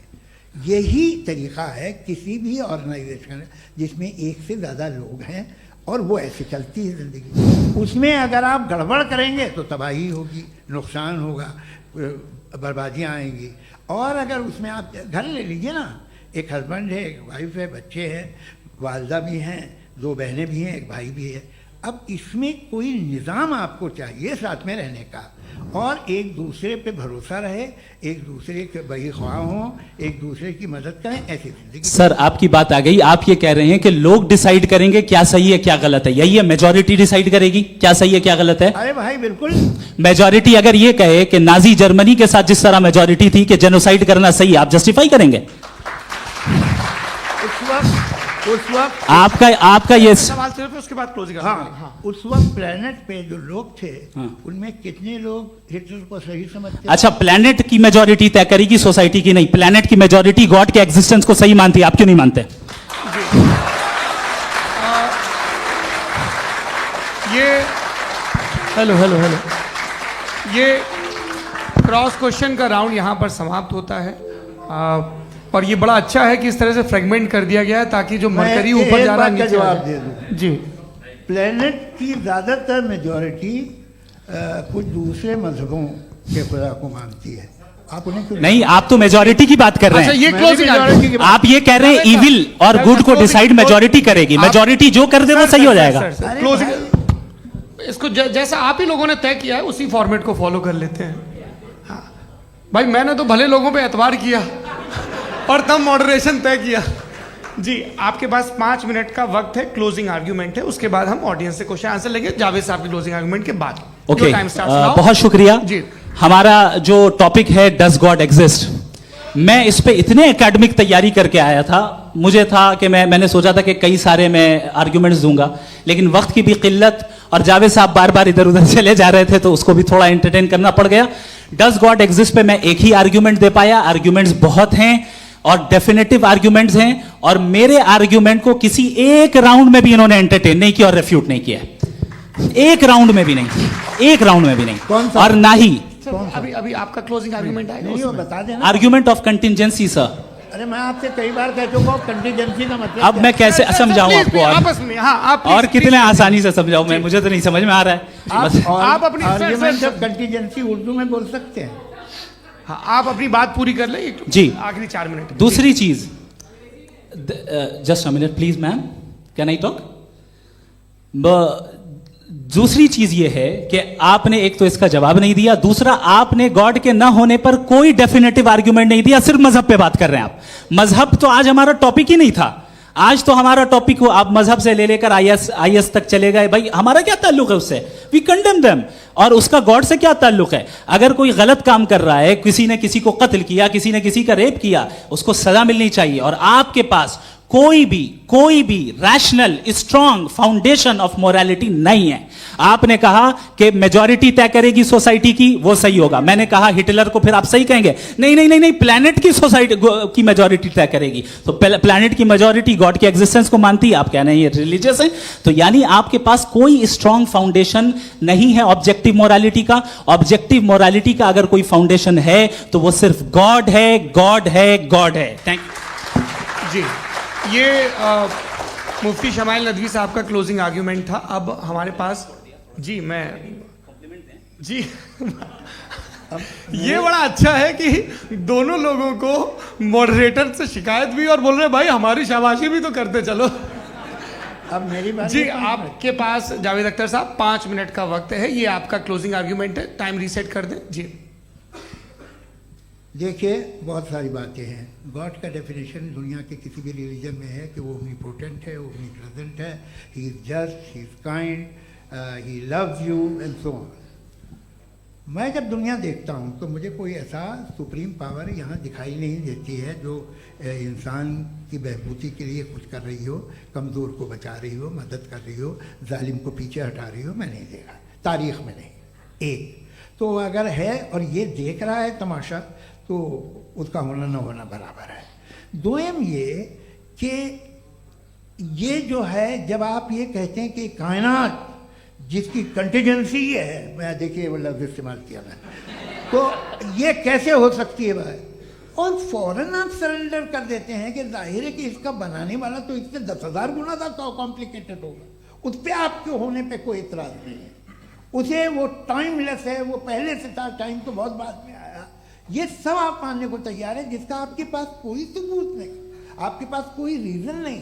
आपकी तारीख क्या है मजहब होगी, बिलीफ की, जो खुदाओं का बिलीफ है, ये कॉन्स्टेंटली गलत साबित होता रहा है। मतलब आप कहें कि अरिस्टोटल के ज़माने में तो सब जाहिल थे, वो भी इतने ही यकीन से खुदा पे यकीन रखते थे, जो अब नहीं रहा, ये भी नहीं रहेगा। आप लिख लीजिए।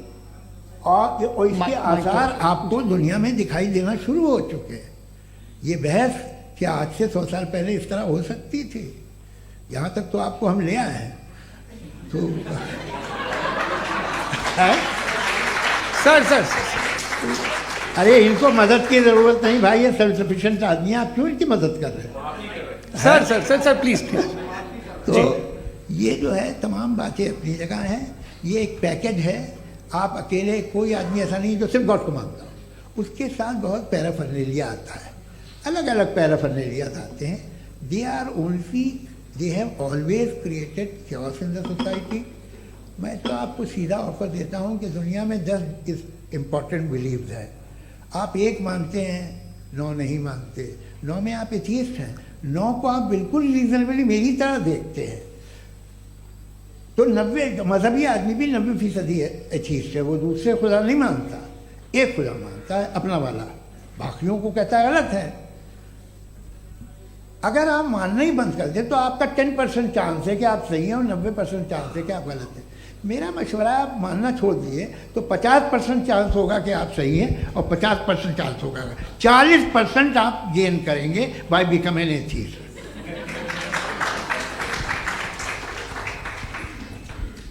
ये एक फरसूदा ख्याल है, ये ख़त्म हो रहा है। हो सकता है मेरी ज़िंदगी में ना हो, लेकिन ये हो जाएगा। जो बातें ये इनको आप मेटाफिज़िकल ये वो ऐसे रिस्पेक्टेबल टर्म दे दिए, ये तो उन लोग के हैं जिन्हें ना फिज़िक्स मालूम थी ना मेटा मालूम था, ये उन्होंने आपको दिए हैं। जी बहुत शुक्रिया आप दोनों लोगों का। और अब इस बातचीत का आखिरी राउंड शुरू होगा, डज गॉड एग्जिस्ट की ये बहस मुफ्ती शमाइल नदवी और जावेद अख्तर साहब के बीच। आप लोग अपने अपने हाथ ऊपर करेंगे, मैं यहाँ से तय करूँगा। और माइक हमारे पास है क्या? एक ही माइक है ऑडियंस के लिए? 2 माइक है, एक इस तरफ एक इस तरफ, ठीक है। तो जी सबसे पहले हमारी सहयोगी है मारिया शकील जी, पूछे सवाल। थोड़ा सा रुकेंगे ताकि कैमरे का फ्रेम आप पर आ जाए, आपकी तो प्रैक्टिस है टीवी की। जी नदवी साहब, मैं खुदा को मानती हूँ, पहले मैं इसी प्रमाइस से शुरू कर रही हूँ और ये बता रही हूँ आपको, मैं मानती हूँ। लेकिन कुछ सवाल हैं जो जावेद साहब ने उठाया, उसका जवाब आपको देना चाहिए। पहला सवाल ये कि गज़ा में सालों से छोटे बच्चे मर रहे हैं, वो उनको अगर खुदा मर्सीफुल है, हम मानते हैं कि अल्लाह ताला में बहुत ताकत है, तो वो बच्चे क्यों मर रहे हैं? दूसरी बात ये कि अगर कंटिजेंसी की जो आप बात करते हैं, पूरे मुस्लिम ममालिक मिल करके भी उन गज़ा के बच्चों को क्यों नहीं बचा पा रहे हैं? क्योंकि अगर वो चाहते, क्योंकि अल्लाह ताला उन पर हुकूमत करते हैं, सब पर हुकूमत करते हैं, तो वो उनको क्यों नहीं बचा? जी थैंक यू वेरी मच। बहुत अच्छा किया आपने इस चीज़ को जिक्र कर दिया, मैं इसको और अच्छे से एक्सप्लेन करने की कोशिश करता हूँ। देखें, जहाँ तक आपने कहा कि गज़ा के बच्चों को मारा जा रहा है, देखें 2 वर्ल्ड व्यू है, एक एथीस्टिक वर्ल्ड व्यू, एक थीस्टिक वर्ल्ड व्यू है। बच्चे मर रहे हैं दोनों वर्ल्ड व्यू में, लेकिन हमारा वर्ल्ड व्यू कह रहा है कि रिकॉम्पेंस है, ये कह रहे हैं कि उनका मरना बेकार जाने वाला है, कोई उसका रिकॉम्पेंस नहीं है, चूंकि इनके यहाँ आखिरत और अल्लाह का कोई तसव्वुर या गॉड का कोई तसव्वुर नहीं है। आपने ये सवाल किया कि गॉड मर्सीफुल है, क्यों नहीं रोकता? ये मैंने बताया कि ये मिसकंसेप्शन है लोगों के दरमियान कि गॉड को सिर्फ मर्सीफुल और ओमनीपोटेंट समझते हैं। गॉड के सिर्फ यही 2 एट्रीब्यूट्स नहीं हैं, गॉड के कई सारे एट्रीब्यूट्स हैं, उनमें से अल हकीम भी है, उनमें से ऑल वाइज भी है, ऑल नोइंग भी है। लिहाजा अगर इस दुनिया में किसी को तकलीफ आ रही है और गॉड उसको नहीं रोक रहा है, वो इसलिए नहीं रोक रहा है चूंकि इंसानों को फ्री विल दिया गया है। ठीक इसी तरीके से अगर एक डॉक्टर किसी छोटे बच्चे को इंजेक्शन लगा रहा है, उसे तकलीफ पहुंच रही है, उसके लिमिटेड पर्सपेक्टिव के एतबार से यह गलत हो रहा है और डॉक्टर बुरा है। लेकिन जब आप ब्रॉडर पिक्चर को देखेंगी, आपके और हमारे पास सिर्फ एक पिक्सल है, हमें इतना नजर आ रहा है कि गजा में कत्ल हो रहा है, लेकिन इसके पीछे कितना रिकॉम्पेंस उनको मिलने वाला है, पूरा पिक्चर गॉड के पास है। तो एक पिक्सल से आप पूरे पिक्चर को कभी भी जज नहीं कर सकती। आप इसमें कुछ जोड़ना चाहेंगे? आपको कुछ बोलना है इसमें? भैया आपने बहुत अच्छा जस्टिफिकेशन दिया, या आप वो जो वहाँ के प्राइम मिनिस्टर इजराइल के उन्हें भेजिए, वो बहुत खुश होंगे। आप जस्टिफिकेशन दे देना कि अगर गॉड नहीं है तो बच्चे क्यों मर रहे हैं, आप बताएं। वो ये सवाल पूछ रहे हैं कि अगर आप ईश्वर का अस्तित्व नहीं मानते हैं तो उन बच्चों की मौत को आप कैसे इंटरप्रेट करते हैं? भाई ये दुनिया जो है, जो ताकतवर लोग होते हैं वो एक नाइंसाफी करते हैं। तो ये अच्छा काम है आपके नजदीक, तो नेचर नाइंसाफी पे मबनी है। अरे मेरे भाई, आप नेचर की कहाँ बात कर रहे हैं, तो इंसान की बात। तो फिर जब मैं इंसान की बात कर रहा था, आप नेचर की बात करने लग गए। क्रॉस एग्जामिनेशन नहीं। हाँ, अब आप मुझे बोलने नहीं देंगे तो अलग बात है, आप बोलिए, मैं मुझे कोई चीज नहीं। जी नहीं, ये क्रॉस एग्जामिनेशन। मुझे बोल तो लेने दीजिए। जी बोलिए। क्या बात ये है कि ह्यूमन सोसाइटी तभी साथ में रह सकती है जब वो मोहब्बत से, एकता से, एक दूसरे के एहतराम करके रहे। इसके अलावा पॉसिबल नहीं है, अकेले तो इंसान रह नहीं सकता। वहाँ पर कुछ लोग हैं जो फाउल करते हैं, वो फाउल हमेशा से तारीख में होता आया है। आज ये हो रहा है, जो हो रहा है बहुत बुरा हो रहा है, बहुत जालिमाना है, बहुत जाबराना है। उसको आप कहें कि ये बच्चों को कॉम्पनसेशन मिल जाएगा या इसकी इंजेक्शन है, इंजेक्शन तो हेल्थ के लिए दिया जाता है। आप ये कह रहे हैं कि ये बच्चों की जो धज्जियाँ उड़ रही हैं ये इंजेक्शन है, विटामिन टेस्ट है, ये टेस्ट है, और उस टेस्ट में उनको अगले ऐसा रिकॉम्पेंस मिलेगा जो आपके तस्वुर के बाहर है। ये आप 3 बरस के बच्चे को बारूद से उड़ा के टेस्ट ले रहे हैं, वाह। वो नहीं ले रहा है, खुदा नहीं उड़ा रहा है, इजराइल उड़ा रहा है। जी, ये तो उसको कंडेम अगला करें। सवाल लेते हैं। अगला सवाल लेते हैं प्रोफेसर पुरुषोत्तम अग्रवाल। मुफ्ती साहब, एक निवेदन आपसे है कि कम से कम थोड़ा सा माइक क्लोज एक रखें। रिलीजियस और फिलोसफिकल कर रहे मैम प्लीज। एक रिलीजियस और फिलोसफिकल ट्रेडिशन है जो ब्रह्मांड को यानी यूनिवर्स को ही अंतिम मानती है। सर्वम खलु इदम ब्रह्मम, this is Chandogya Upanishad, and it completely rules out the existence और नेसेसिटी, आपके शब्दों में necessity of a creator. The creation itself is the creator. तो एक मिनट प्लीज। दूसरा जो सवाल आपने अभी, जो आप बार बार कह रहे हैं कि भगवान विद्वान भी है, वाइज, सब जानने वाला, तो अगर विजडम में दुनिया भर के पापों और अत्याचारों को बर्दाश्त करना शामिल है, तो फिर इसका मतलब ये हुआ कि अगर मैं फ्री विल से उसको अपोज करता हूं तो ईश्वर की विजडम और मेरी फ्री विल में कॉन्ट्राडिक्शन है। Because when I am opposing whatever is happening in Gaza, then I am opposing the God's will और गॉड्स विजडम। जवाब लेते हैं क्योंकि तो गॉड की विजडम में, एक मिनट सर प्लीज सर, ये एक जुमला, गॉड की विजडम है कि गाजा में जो कुछ हो रहा है वो हो रहा है, मैं उसका अपोज कर रहा हूं, तो मैं गॉड की विजडम के खिलाफ जा रहा हूं। एक सवाल। दूसरा ये नहीं, आपने 2 ऑलरेडी। सर आप और सवाल कर लें, लेकिन मुझे 2 जवाब दे सर, दें। सर, पहले आपने ये कहा, सुनिए मेरी बात सुनिए। भाई इजराइल के गॉड के मुताबिक तुम्हारा ठीक हो रहा है ना? नहीं हो रहा है, ठीक नहीं हो रहा है, मैं बता रहा हूं क्या हो रहा है। आप तशरीफ रखें, मैं बता रहा हूं क्या हो रहा है। Late me complete please. एक सेकंड गाइस, एक सेकंड। ये देखिए, ऐसा है कि ये सब बड़ा आपस में विचार विमर्श के बाद ये तय हुआ था कि कुछ नियम बना लिए जाएं ताकि एक टाइम बाउंड बातचीत चले।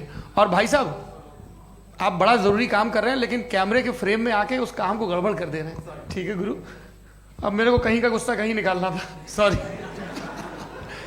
नहीं, कोई गुस्सा नहीं है जी। तो प्रोफेसर ने सवाल पूछे, आप उनके जवाब दें, और थोड़ा ये सब लोग थोड़ा ख्याल रखें भाई, सवाल संक्षिप्त रखें जी। आपने 2 सवाल किया। सबसे पहला ये कहा कि हमारे पास ये कॉन्सेप्ट है कि ये यूनिवर्स खुद नेसेसरी बीइंग है, creation itself is the creator. How irrational is this कि मैं एग्जिस्ट करूंगा बाद में, लेकिन अभी एग्जिस्ट कर भी रहा हूं, यानी एक ही टाइम में एग्जिस्ट भी कर रहे हैं, नहीं भी कर रहे हैं। This is not true. दूसरी चीज, आपने कहा कि अगर इजराइल में, सॉरी माफ कीजिएगा, Israel doesn't exist, occupied Palestine में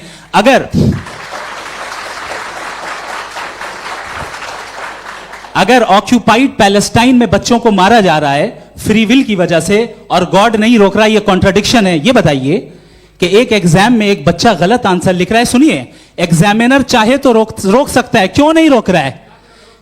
ये कॉन्ट्रडिक्शन है, ये कॉन्ट्रडिक्शन नहीं है। माइक नहीं सर, ये आपस में जी, ये क्या आपका सवाल?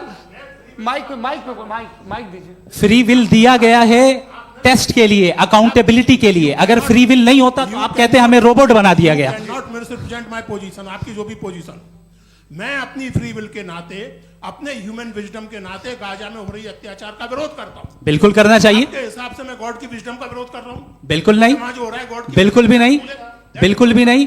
उसका वहां पर गाजा में कत्ल होना ये इंसानों के गलत इस्तेमाल का नतीजा है, फ्री विल के इस्तेमाल का नतीजा है। गॉड इसका हुक्म नहीं देता, उससे रोकता है। यही तो मसला है ना, आपके लिए कॉन्सेप्ट क्लियर? नहीं भाई, आपने तो बताया था इंजेक्शन लगाने से बच्चे को तकलीफ होती है, ये इंजेक्शन लगा। सर आप ऐसे रेटोरिक स्टेटमेंट दें तब तो कोई मसला नहीं, समझते रहेंगे। This is a rhetoric statement, this is not a logical argument sir. I am sorry, I am sorry. आखिरी 30 मिनट बड़े मुश्किल होने वाले हैं जी। मुफ्ती साहब आगे बैठे हैं, इनको माइक दीजिए।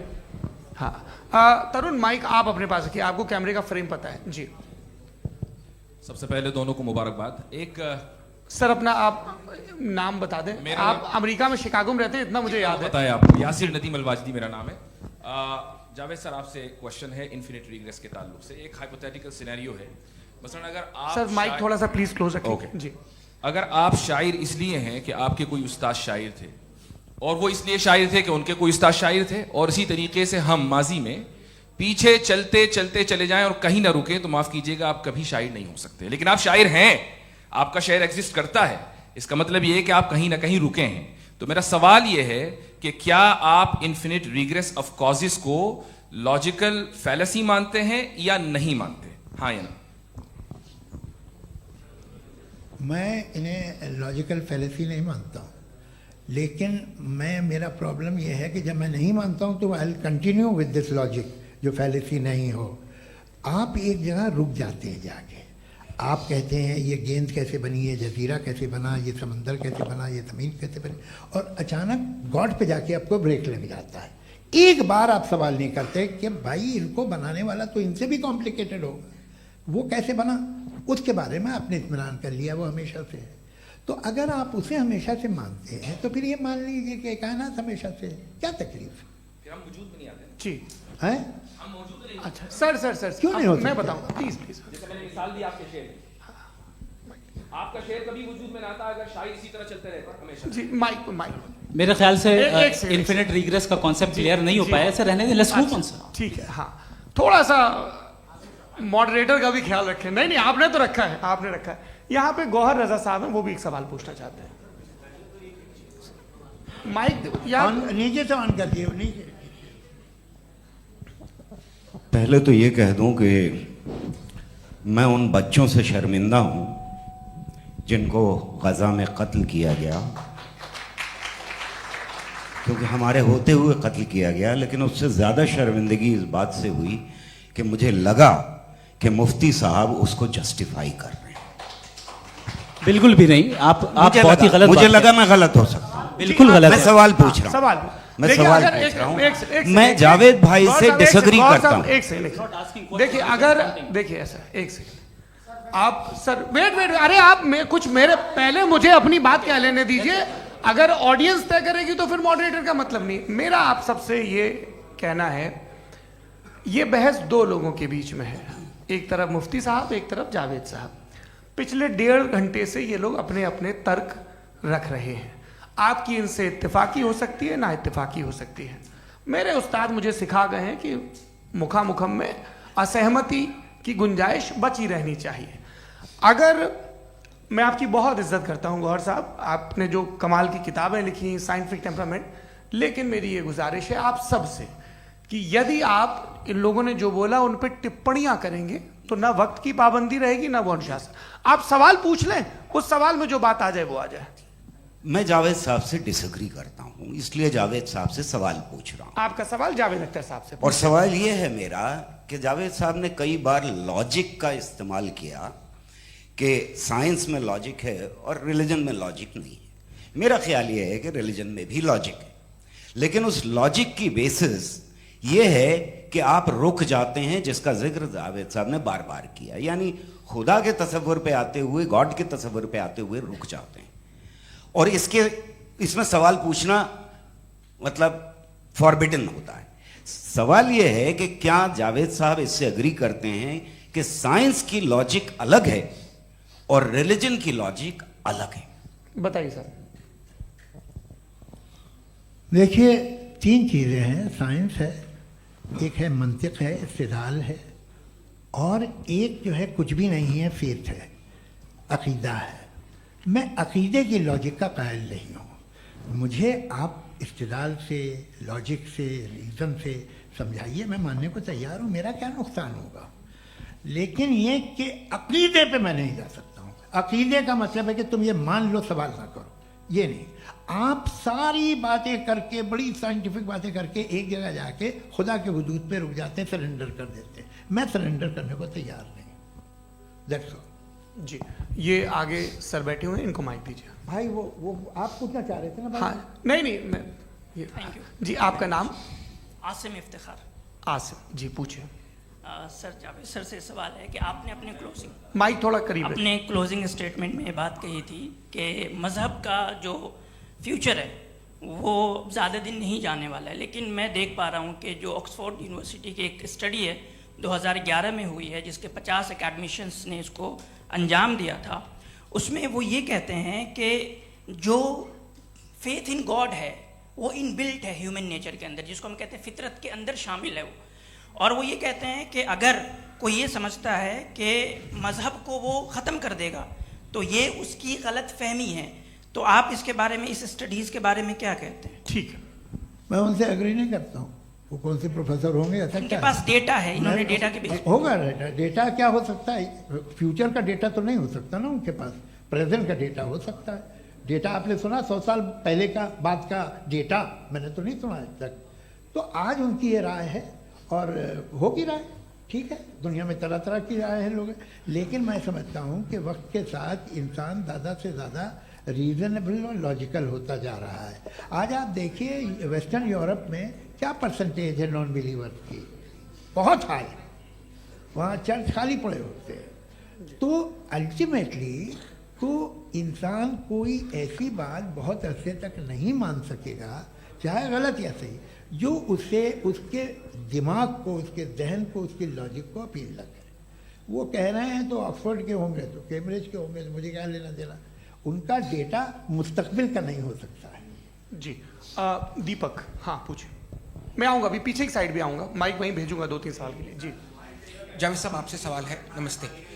अरे भाई सर, अगर आप ही लोग तय करना है तो फिर 200 लोग तय कर लें। ये एक साहब पूछ नहीं रहे सर, हैं। Please don't do this sir. Sir everybody has a right sir, but we can only take Okay. Selected questions. No no sir अरे ये भाई, यंग लोग आराम भी से। हैं तो इनकी ये एक अब बात उतने यंग, सुनिए। भाई आप यंग हैं कि नहीं हैं? एक मिनट, वो कह रहे हैं वो भी आइए, यंग हैं पूछ रहे हैं ना साहब, भाई। आप उनकी नौजवानी पर दावा उनको ही करने थे। हाँ मुफ्ती साहब आप यंग, हाँ पूछे। अरे भैया सर मेरा सवाल ये है, कुछ इनसे भी तो पूछो। जी हाँ। नहीं बस आपसे एक सवाल है। जैसे थीस्टों के पास अपने जो ईश्वर को मानते हैं उनके पास अपने सोशल गेट टुगेदर्स हैं। 5 रोज़ क्रिसमस आने वाला है, होली है, दिवाली है, ईद है। एथिस्ट क्या ऑफर कर रहे हैं? मतलब मैं इनकी दुकान से बोलूं मैं आना चाहता हूं उस तरफ, पर मैं अट्रैक्ट नहीं हो पा रहा हूं। मैं सोशल गेट टुगेदर्स क्या है आपके पास? वो ये कह रहे हैं कि जो धार्मिक लोग हैं, अलग अलग धर्म के लोग, उनके उत्सव त्योहार, कॉन्ग्रीगेशन वही बहुत बात। हैं। अब आपको मैं एक सुनाता हूँ, यहाँ हिस्टोरियन भी बैठे हैं। मृदुला जी आप बताइएगा सही है कि नहीं। ये एक कॉन्स्टेंटाइन, एक ग्रीक रोमन बादशाह था जो क्रिश्चियनिटी आने के 400 साल बाद उसने डिसाइड किया कि मैं क्रिश्चियन हो जाऊंगा, मेरी पूरी स्टेट कैंसिल हो जाएगी। उस ज़माने में ऐसे ही होता था, राजा जो धर्म इख्तियार करता था वो जनता भी कर लेती थी। इसलिए कि वो हो गया था बैंकक्रप्ट, और उसे जो मेडिटेरियन कोस्ट के रिच क्रिश्चियन वो थे मर्चेंट, उससे पैसा चाहिए था। तो उसने कहा यार क्रिश्चियन हो जाओ। तो उसने अपने वजीर से कहा कि भाई ये हिस्ट्री है कि अब हम लोग क्रिश्चियन हो जाते हैं। पहले सर हो जाएंगे, कोई प्रॉब्लम नहीं है, लेकिन एक प्रॉब्लम ये है कि 17 दिसंबर से 25 दिसंबर तक जो पेगन फेस्टिवल होता, जो पेगन जो फेस्टिवल होता है वो बंद हो जाएगा, इसलिए कि हम क्रिश्चियन हो गए तो होगा नहीं। तो वो बच्चों को बहुत बुरा लगेगा, पब्लिक को बहुत इंजॉय करते हैं, खासतौर से 25 को मेन डे। उसने कहा हाँ ये तो सही कह रहे हो, ये जीसस क्राइस्ट की पैदाइश कब थी? पहले साहब वो अप्रैल में थी। नहीं कट करो, वो 25 दिसंबर को है। यह हकीकत है जी। और 400 साल बाद क्रिश्चियनिटी के अप्रैल से दिसंबर ले आए, और इसलिए कि यहाँ पेगन फेस्टिवल होता था। अब मनाते हैं आप आराम से। ये जो सारे फेस्टिवल हैं ये रिलीजन से, हर एक को एक इंटरटेनमेंट डिपार्टमेंट चाहिए होता है अपनी कंपनी चलाने के लिए। तो ये रिलीजन ने, ये सेकुलर त्यौहार थे जिन्हें रिलीजन्स ने ले लिया है। ये मौसम के थे, फसलों के थे, किसानों के थे, उसको आपने लेकर रिलीजियस रंग दे दिया। ये कोई रिलीजन से थोड़ी आए आप। अच्छा हमें देखिए, हम तो मुल्द हैं, हम ईद मनाते हैं, हम दिवाली मनाते हैं, हम होली मनाते हैं, हम क्रिसमस मनाते हैं। बम्बई की फिल्म इंडस्ट्री की सबसे बड़ी होली हमारे घर में होती है, सबसे बड़ी ईद हमारे घर में होती है। वो हमारी सोशल वो है, हमारा हेरिटेज है। ऐसा थोड़ी है कि we will throw the baby along with the water. ये तो अच्छी चीज़ है, इन्हें रखो, जो बेकार है फेंक दो। जी हाँ हेलो जी, मेरा सवाल नादवी जी से है। जैसा कि आपने बोला कि गॉड टाइम के भी परे हैं, और गॉड इतनी कॉम्प्लेक्स चीज़ है कि उसे ह्यूमन माइंड समझ नहीं सकता, और गॉड ने अर्थ पे फ्री विल भी दे दी है। तो आप अपना वक्त ज़ाया क्यों कर रहे हैं गॉड के बारे में बात करके? अपन को तो बात करनी चाहिए कि सोसाइटी को बेहतर कैसे करें। जी, मैं गॉड वही बताता है सोसाइटी को कैसे बेहतर करें। अभी मैं आपका जवाब देता हूँ। आपने कहा कि टाइम पे वो एग्जिस्ट नहीं करता, सो नहीं, मेरा सवाल ये है कि जैसा आपने बोला कि गॉड बहुत ही कॉम्प्लेक्स चीज है। मैंने कहा ही नहीं कि कॉम्प्लेक्स है, तो आपके अल्फाज है। कॉम्प्लेक्स का लफ्ज गॉड के लिए सुइटेबल नहीं है। क्यों? क्योंकि कॉम्प्लेक्स वो चीजें होती हैं जो ऑब्जेक्ट हो। God is not an object जिसको आप इंस्ट्रूमेंट के जरिए लेबोरेटरी में जाके टेस्ट करें, oh it's very complex. No, वो कोई कार का इंजन नहीं है। वो फिलोसॉफिकली नेसेसरी बीइंग ऐसी बीइंग है जो सिंपल बीइंग है। हाँ, आप उसको मुकम्मल तौर पे उसकी तमाम हिकमतों को जान ले और हर चीज को जान ले, ये पॉसिबल नहीं है, क्योंकि वो ऑल वाइज है, आप ऑल वाइज नहीं है, और वो खुदा है, वो आपको सारी चीजें बता दे, ये जरूरी नहीं। मेरा सवाल ये नहीं था, मेरा सवाल ये था कि जब गॉड इतना परे है इस दुनिया से कि उसने अर्थ पे फ्री विल भी दी है, हम सब ह्यूमंस की फ्री विल है, और जो सोसाइटी में हो रहा है वो अपन लोग डिसाइड करेंगे, तो अपन लोग डिसाइड नहीं करेंगे ना, अपन लोग डिसाइड नहीं करेंगे। गॉड जो है, गॉड ने वो उसकी जात, उसकी एग्जिस्टेंस टाइम एंड स्पेस से परे है, लेकिन वो हमारा टेस्ट ले रहा है और उसी गॉड ने हमें बताया कि तुम्हें क्या करना है क्या नहीं करना है, तो जाहिर है उस गॉड की बात सुनेंगे ना हम। जी, वो पीछे एक चश्मा लगाया जो मैम खड़ी हैं, उनको दीजिए। हाँ, आप जी जी बिल्कुल आएंगे। देखिए मैं कोशिश कर रहा हूँ सब तरफ जाने की। हाँ, उनको दीजिए माइक। जी, हेलो सर, मैं ओमनी प्रेजेंट नहीं हूँ, टाइम पाबंद हूँ और जहां तक कोशिश कर सकता हूँ करूंगा। जी, अपना नाम बताइए। मेरा नाम उर्सुला है, मैं दिल्ली यूनिवर्सिटी की एक स्टूडेंट हूँ और मैं स्टूडेंट फेडरेशन ऑफ इंडिया से हूँ। मेरा सवाल मुफ्ती जी से है कि इस हॉल के इस कमरे में बैठ के हम लोग रेप की मोरालिटी के बारे में फिलोसफिकली बात तो कर सकते हैं, बट असलियत ये है कि रोजमर्रा की जिंदगी में औरतें रेप के थ्रू गुजरती हैं, और हम लोग सिर्फ नंबर्स पे इस तरह नहीं देख सकते, क्योंकि कितनी औरतें हैं इन कंट्रीज में जहां पे आप बता रहे हैं कि केसेस कम हैं, जिनका एक्सेस है कि वो जाके केस फाइल कर सकें। कितनी औरतें हैं जो जिनको काम करने की आज़ादी है उन कंट्रीज में। यूरोप में ये आज़ादी आ गई, यूरोप में ये रूल्स आ गए, तो हम आज उसके बारे में बात कर पा रहे हैं। जी, जवाब। आपने ये कहा कि कमरे में बंद होकर हम लोग इस पर फिलोसफिकली बात कर सकते हैं, लेकिन हकीकत में क्या हो रहा है, वो ग्राउंड लेवल पे क्या हो रहा है जो बहुत गलत हो रहा है, और वो सफ़र कर रही हैं। आई अग्री, बहुत गलत हो रहा है, और जो गलत हो रहा है उसको हमें रोकना है। और क्यों रोकना है, वो गलत क्यों है? हमारे पास इसका ऑब्जेक्टिव फाउंडेशन है, इनके पास उसका ऑब्जेक्टिव फाउंडेशन नहीं है। मैं ये कहना चाह रहा हूं कि जहां पे भी जुल्म हो रहा है, जहां पे भी औरत पे जुल्म हो रहा है, या उसकी इज्जत लूटी जा रही है, या उसे तकलीफ पहुंचाई जा रही है, और सिर्फ औरत नहीं, किसी इंसान के ऊपर भी जुल्म हो रहा है, तो उसके खिलाफ खड़ा होना, ये मॉरलिटी हमारे पास गॉड के पास से आई है। वरना जावेद साहब तो कह रहे हैं कि जो है मेजॉरिटी डिसाइड करेगी, तो मेजॉरिटी तो कभी भी बदल सकती है।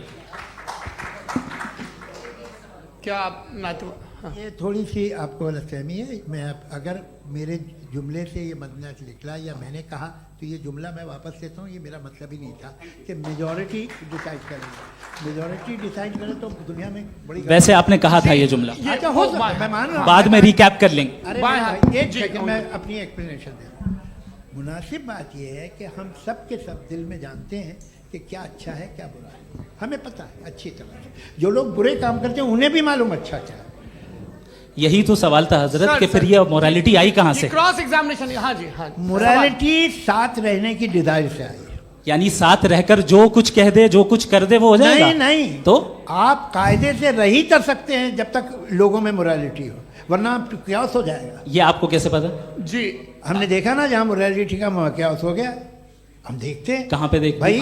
तो दुनिया में आप जो कह रहे हैं, आप कहीं पे अगर गलत हो रहा है इस बहस तो के उसको बाद आप मैं गलत देखिए। आप एपिस्टेमोलॉजी की बात कर रहे हैं, मैं ओंटोलॉजी की बात कर रहा हूं। मैं इस बहस के बाद आप दोनों लोगों को चाय पे होस्ट करूंगा, वहां पे क्रॉस एग्जामिनेशन कर लीजिएगा। अभी ऑडियंस का हक मार रहे हैं आप लोग भाई, सर जस्ट लोग हैं आप लोग। और ये भाई ये उधर आएंगे, जी सर आएंगे। अच्छा सर, मेरा नाम लईकुर रहमान है और मैं अलीगढ़ मुस्लिम यूनिवर्सिटी का स्टूडेंट हूँ, और जहाँ तक मुझे पता है कि sir you are also product of Aligarh Muslim University. मैं भी उसी चमन का बुलबुल। हाँ सर, तो बड़ी खुशी हुई मुझे जान करके कि मैं आपसे मिलूंगा। सवाल सर, मेरा सवाल यह है, सर सैयद अलैहि रहमा का नज़रिया ये था कि खुदा के वजूद को अक़ल के दायरे में रह कर के तलाश करना, न कि पूरी तौर से उसका इनकार कर देना। Sir, how will you define it? नहीं, तो ये तो आप इन्हें बताइए। ये सवाल आपसे, खुदा का वजूद साबित कर रहे हैं। तो सर, आपने इनकार कर रखा है, इस वजह से मेरा क्वेश्चन। उन्होंने यही एक सेकंड, सर सैयद ने यही कहा ना कि अक्ल से आप खुदा के वजूद को साबित नहीं कर सकते, यही कहा ना भाई। वो उन्होंने कहा कर सकते हैं और वो कर दिया गया आज। वो फोन दो। तलाश करना या साबित करना अक्ल से अक्ल से नहीं हो सर सर अरे सवाल तो सुन लीजिए जी। अक्ल से नहीं हो सकता है, यही कहा ना आपने। अक्ल से हो सकता है। अरे वो यही कह रहे हैं भाई, आप बता रहे हो सकता है, वो तो कुछ और। आप अगर सर देखो नौजवान फोन ले लो, वो इतनी कमाल की यूनिवर्सिटी है। अरे भाई दे दो ना जरा, एक मिनट दे दो भाई, मेरी बात सुनो, माइक पे बोलो ताकि जो लाखों लोग देख रहे हैं माइक दे दो ना। अरे देंगे ना माइक, तुम ठहरो तो। हाँ सर, मेरा सवाल ये था कि सर सैयद अलैहि रहमा का एक नज़रिया था अपना कि खुदा का जो वजूद है उसको अकल के दायरे में रह करके तलाश करना है, न कि पूरे तौर से इनकार कर देना है। ये उनका कॉन्सेप्ट था। लेकिन मेरा सवाल ये है कि आप इसको कैसे डिफाइन करते हैं, एक्सप्लेन कैसे करेंगे, मैं आपसे जानना चाहता हूँ, क्योंकि you are the product of Aligarh Muslim University. मुझे अकल के दायरे में रख के मैंने बहुत तलाश की, मुझे मिला नहीं। हाँ ये इधर वो चश्मा लगाए जो, हाँ उनको दे दीजिए। जी जी फटाफट पूछिए, बस 5 मिनट है, 5 मिनट में खत्म हो रहा है। हाँ अस्सलाम वालेकुम मुफ्ती साहब। एंड मेरा सवाल जावेद अख्तर साहब से। क्या नाम है आपका? अरे भैया सब मुझे पूछ रहे हो। फैज पूछिए फैज साहब। तो मेरा सवाल ये है कि अभी जो एथियस्ट है वो problem of evil argument use कर रहे हैं अगेंस्ट मुस्लिम्स, राइट? कि इस दुनिया में इतना सारा इविल है और अगेंस्ट मुस्लिम तो यहाँ अगेंस्ट थियस्ट। हाँ थोड़ा सा करेक्ट कर लीजिए भाई, पूरी मशक्कत इसी बात की थी कि किसी एक मजहब पे बात न टिके। जी, तो बेसिकली ये आर्ग्यूमेंट ऐसा है कि इस दुनिया में इतना ज़्यादा ईवल एग्जिस्ट करता है और अगर एक ऑल गुड गॉड है तो वो रोकता क्यों नहीं है? लेकिन इस सवाल में एक हिडन अजम्पशन ये है कि इस दुनिया में ईवल एग्जिस्ट करता है। अब एथियस्ट ये कैसे ऑन्टोलॉजिकली प्रूव कर सकते हैं कि इस दुनिया में ईवल एग्जिस्ट करता है? मैं आपको बताता हूँ, थोड़ा सा समझा। नहीं सर हम लोग इनको सुनिए। नहीं please don't do that. I want to explain ontologically. नहीं हम समझ गए सर, इनको अब जवाब देने दीजिए। अच्छा सवाल पूछ लो। मैं अभी तक क्या था वो मैं थोड़ा सा ऐड ऑन कर लेता हूँ। तुम गुरु, तो हम जब इसका राउंड 13 करेंगे ना तब तुमको स्टेज पे बिठाएंगे। जी तो हाँ जल्दी से। तो देखिए एथियज्म के हिसाब से सब कुछ रैंडमली बन गया है, सब कुछ एटम्स और मॉलिक्यूल्स है। एक पत्थर में और मुझ में सिर्फ इतना फर्क है कि हम लोग एटम्स और मॉलिक्यूल्स का अलग अलग रीअरेंजमेंट है। अब एक पत्थर को कोई इंसान तलवार से 2 टुकड़ों में काट दे या मुझे, according to atheism it is same. There is no evil and good according to atheism. जी अच्छा फैज साहब का सवाल ये है कि हाँ कोशिश भी करते तो इससे गलत सवाल नहीं कर पाते। एक लाइफ फॉर्म है और लाइफ फॉर्म में फीलिंग्स हैं, मतलब लाइफ फॉर्म सुनता है, देखता है, टेस्ट कर सकता है, फील कर सकता है। तो उसकी ये जो क्वालिटी इस बबल में आ गई हैं, वो जानवर में भी है, इंसान में भी है। तो जाहिर है कि उसे कोई तकलीफ पहुंचेगी, तो चूंकि उसके पास वो सेंसिटिविटी है तो मैं करेगा। पत्थर में वो सेंसिटिविटी नहीं है। तो ये क्या सवाल हुआ कि अगर पत्थर को काटा तो पत्थर को तकलीफ नहीं होती, तो आपको काटे तो आपको क्यों तकलीफ हो? बैठ जाइए। जी हाँ अगला सवाल। हाँ पूछे जी जावेद अख्तर साहब। अरे भैया सब आप लोग मुफ्ती साहब को छोड़ रहे हैं, मेरे ही पीछे पड़े हैं क्या? चलो बोलो भाई। You asked how God can exist when children die in Gaza. Huh? You asked how God can exist when children die in Gaza, and you also mentioned the rise of atheism in Europe. But the same events also are leading many atheists and non-believers to turn towards faith. How do you interpret this contradiction, where suffering pushes some away from God, yet brings others closer to belief? आपको एक बात बताऊं, दुनिया perfect तो कहीं भी नहीं है, हर जगह कुछ खामियां हैं। बेटा एक मिनट, आप ही को कहेंगे, देखो वो तो कुछ खामियां, कमज़ोरियां, खराबियां सब जगह है। लेकिन अगर देखोगे ईमानदारी से कि दुनिया सबसे ज़्यादा महज़ब कहाँ है, एक आम शहरी को कहाँ हुकूक हासिल हैं, वो बोल सकता है, अपनी मर्ज़ी से काम कर सकता है, अपनी मर्ज़ी से राय दे सकता है, हुकूमत के ख़िलाफ़ बोल सकता है, बरसरे इक़्तिदार लोगों के बारे में बोल सकता है, सरमायादारों के ख़िलाफ़ बोल सकता है। तो आपको ये स्कैंडिनेवियन कंट्रीज़ में मिलेगा, वेस्टर्न यूरोप में मिलेगा। मैं नहीं कह रहा वो परफेक्ट है, बिल्कुल नहीं, वहाँ बहुत ख़राबियाँ भी हैं, परफेक्ट तो कोई। लेकिन जिन जिन मुल्कों में, लैटिन अमेरिका देखो, गल्फ देखो, वहाँ पर आपको ये ज़रूर है कि रेप नहीं होते होंगे। रेप की ज़रूरत क्या है भाई? उसको तो ख़रीद लो, घर में रखो, सड़क पर रेप करने की क्या ज़रूरत है? मगर सुनिए, मगर हकीकत ये है कि वहाँ शख्सी आज़ादी राय देने की, बोलने की नहीं है। जी, ये एक आखिरी सवाल मुफ्ती साहब से। हाँ मैम, इनको माइक दीजिए। शुक्रिया। मेरा नाम मनीषा है, मैं हरियाणा से आई हूँ। मैं मुफ्ती साहब से एक बात पूछना चाहती हूँ। आप बार बार जावेद साहब को कॉन्ट्राडिक्ट तो कर रहे हैं कि आपने ये कहा, लेकिन आप भी अजम्पशंस के बेसिस पे बात कर रहे हैं। आपने खुदा के होने का कौन सा प्रूफ पेश किया है, खुदा की एग्जिस्टेंस का? अब इस सवाल को अलग रहने दीजिए, कौन एथीस्ट है कौन नहीं है। और दूसरी बात जो आपने एक छोटी सी कही थी कि ये फ्री विल का इस्तेमाल करता है इंसान अपनी, लेकिन उस फ्री विल का इस्तेमाल में मतलब खुदा ने ये दे दी सबको ये इजाजत कि वो कितना घिनौनापन और कितने ज्यादा खराब से खराब तरीके इस्तेमाल कर सकते हैं। जवाब सुनते जी। आप फ्री विल को मानती है ना, या अब कहती है कि फ्री विल नहीं है ना? मानती है ना?